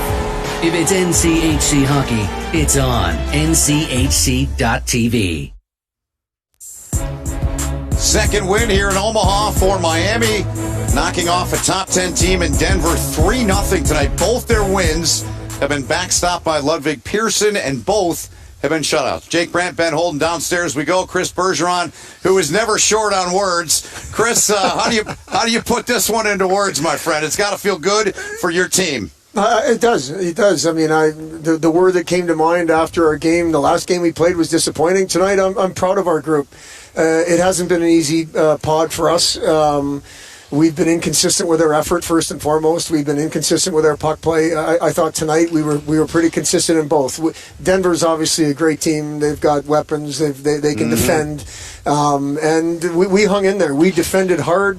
We had 3 or 4 regulars out of the lineup tonight, and guys stepped up, and I'm really proud of the group. Yeah, Chris, you talked about just setting that bar and showing these guys what they're capable of doing as a 5-man unit. They really did that tonight. You got to be happy and look for this kind of to be that new standard for your squad. Exactly. When we're going through a transition like this, what we're trying to do is continue to just raise the bar a little bit and give 3 to 5% more, and we just haven't been happy with the way we played, and we've told them we're capable of better. I've said this before. The first 4 games weren't great in terms of results, but we played pretty good, and we've set the bar for ourselves, and then the last 3 weren't good at all, and tonight I think we were back to our again, the bar that we've set for ourselves in terms of the effort. Our group has to start with effort and compete, and then defending, and then we go from there. And I was really happy in those areas tonight. So your goaltender, Ludwig Pearson, second period, Denver had the biggest push they had in the game. Just tell us what you're feeling about him being in there. He's been in net for both your wins and both goose eggs on the board, Berge. Yeah, I'm feeling pretty confident. as he is.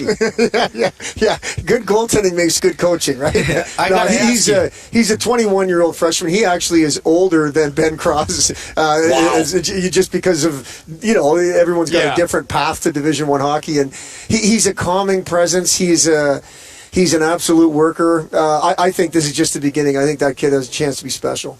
That's great. You got Jimmy Spratt on the staff. You obviously coached him over in Bowling Green. You brought him with you. How much work does he do with these goaltenders to take that off your plate? Well, he doesn't. He's our director of operations. What Jimmy is, and I didn't have a chance to coach Jimmy at Bowling Green. He was just with me there for 5 years, and what he is a guy that speaks the language. We don't have a quote unquote goalie coach. He's somebody that speaks the language, and if the kids had questions, they could ask him and run it by him. But this this Pearson boy is he's got a guy in Sweden and he's got his own thing. And I mean, these goalies are talking to different. You know, these goaltenders, man, they talk their own language anyway. But he's a guy who he's a hockey player dressed up as a goaltender, and I mean that in a complimentary way. In that he reads the game, he sees what's going on, he almost knows where the puck is going to go, and just like a defenseman or a forward, it's tough to teach that. You either have it or you don't, and he seems to have it to go along with the work ethic, and that's why I say there's a chance for him to be really, really good. Chris, obviously a team win, a team effort, but I noticed Nyes, Barry, and Lown an awful lot tonight. They seem to be all over the place. I mean, the one PK, Lown blocks 2 shots. Yeah. I mean, just a thought on the way those guys played, and really all your guys. Yeah, great point. I got after Matt Barry a little bit, and we had a little bit of a heart-to-heart after the last game where I don't think he was very good. I don't think his effort was there. Or tonight he responded. And those 2 seniors, man, those are proud boys right there. I mean, Phil Nyes is the captain. Benny Lown has struggled with some physical things during our training camp in terms of not being healthy. I'm really happy for them. I mean, the 4 years at Miami, obviously winning and losing-wise, that's not what they signed up for. It's been the second head coach, the 5th and 6th assistant coaches. I mean, I just want good for these kids because they're trying. I mean, again, at 1-6, we could go away, and we didn't. We hung in there and fought, and those guys are really good. And I thought our group of forwards was good. That's where we had some regulars out tonight, and I thought our guys stepped up. Well, great win for your team. Big 3 points. Always entertaining, and we always appreciate your time, Chris. We'll catch up with you in a couple days. Yeah, thanks for having me. Hopefully we can do this again before it's all over. See you guys. See ya. Chris Bergeron joining us in our home of economy coaches comments. He is never short on words. Love his passion as a coach, and big win for his team. Let's look back, Jake, at the key moving pictures in the hockey game, and we go right to the 3rd period, my friend. Well, it starts here with the turnover, and this was who's going to make that extra play. And he talked about, the guys playing scared or playing not to screw up. This is how you go out and you find a way to close a hockey game out. They went out and made the plays. That's what he's looking to build off of, and that's what he really was impressed with tonight, I think. Ludwig Pearson, 2 wins, both via shutout. You're kidding me, right? He was special in the 2nd period. He was special in the 3rd. This right here, it's a puck that gets batted up in the air, and then out of nowhere, he slides over and makes a great save on Mayhew. And you heard Bergeron talk after. He says this kid could be special. He likes what he's got in the back end. Yep, they've had some good ones in net at Miami. Any big takeaways from the final numbers? I just thought it was kind of one of those things where Denver didn't cash in on those grade A's. You got to credit the goaltender. He was exceptional back there, but that's one area where I think Denver, they're going to look to try and address, work on some of those things within their practice. Both teams just nothing on the special teams. Miami struggling with that, but they had some grade A looks. Couple wide open nets that they didn't cash in on. So they'll break that film down and point out to the guys what they did well, and they'll just look to execute a little better. All right, so the final numbers and the moving pictures from the 3rd. Denver and Miami squared off. Denver shut out. They lose 3-0. Miami gets just its 2nd win here, but they won them both via the shutout. Big win for their team. For Jake Brandt, my broadcast partner tonight, Greg Enkers, our producer, Sean Kelly, our director, and all the hardworking folks at Midco Sportsnet. My name is Ben Holt. Hope you enjoyed the broadcast. We'll see you tomorrow. 3:30, we'll kick things off with Western Michigan and Omaha, followed by St. Cloud and Colorado College. Until then, good night, and thanks for watching. All 10 North Dakota hockey games from the Pod in Omaha are live on Midco Sports Network this December. And you're not going to want to miss a minute. Caulfield on the backhand and in the back of the net. From the ice to your screen, Midco SN is proud to bring you another season of North Dakota hockey. The follow-up by Pinto is in. Tune in on Saturday, December 19th at high noon when North Dakota and Minnesota Duluth square off for a 2nd time live on Midco SN, celebrating 10 years of sports. On the next episode of Midco Sports Magazine, as we near the end of the year, an encore for 2 stories from 2020 that became viewer favorites and won Emmy Awards for outstanding storytelling. And a holiday treat for hockey fans, from Duluth to Grand Forks to St. Cloud, a peek at the production of 40 games in 20 days from the NCHC Pod in Omaha.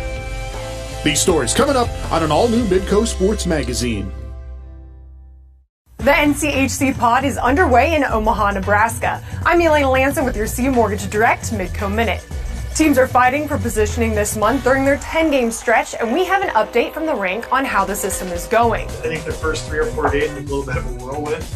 Traveling here, testing, quarantining, practice. Now we had two quick games, but it was kind of nice to get a few days to kind of get probably a little more organized and decompressed. But no, they've done an outstanding job here. I think it's been great. I think the guys have certainly enjoyed it. You know, it's nice that this week, you know, we're going to kind of get back to playing a lot of hockey after those 3 days off, and I think the players will really enjoy that. But no, it's been really good, and I can't say enough about the job that all the people did to make this happen. Tune in to Midco SN to watch the NCHC coverage all month long. I'm Elena Lanson, and this has been your Midco Minute. We now join the following program already in progress. Welcome back. Beersford, South Dakota is a town of about 2,000 people, and while the city is small in stature, it is providing a huge opportunity for some of the best young wrestlers from all over the nation. Here's David Brown. In a small town just off the interstate, the big picture isn't always clear. Sure, on the outside, you don't really need a sign to explain where you are, but if you keep looking, you may find that this is exactly where you're supposed to be. My wife had saw this place that they're going to auction off, and she came out here and the weeds were everywhere. There's somebody telling us that we have to do this, and there's a greater calling to us, so we packed up and came to South Dakota. Terry Pack didn't grapple with the decision. 10 years ago, he decided to turn a pasture of green into the Legends of Gold, a nonprofit national training center for youth wrestlers. It's our wrestling field of dreams because you don't see it, you don't think about it, and then all of a sudden through the middle of a cornfield, there's this. This building got put in about a year ago. We have another wrestling room, weight room, we have soccer fields, and it's just kind of surprising because it is in Beersford, and Beersford is so small, so people don't expect it to be here. To be frank, there were no expectations when Terry and his wife Lisa founded Legends of Gold. It was simply a matter of providing something Terry had been wrestling with since childhood. We didn't have the funds to do things. I mean, I wanted to go to wrestling camps, I wanted to go to wrestling tournaments, and I didn't have the ability to do it. After a stint in the Marines, Terry traveled across the nation as a wrestling coach and found not only a financial gap, but a development gap. Junior high school age kids weren't getting what he believed was the proper training for high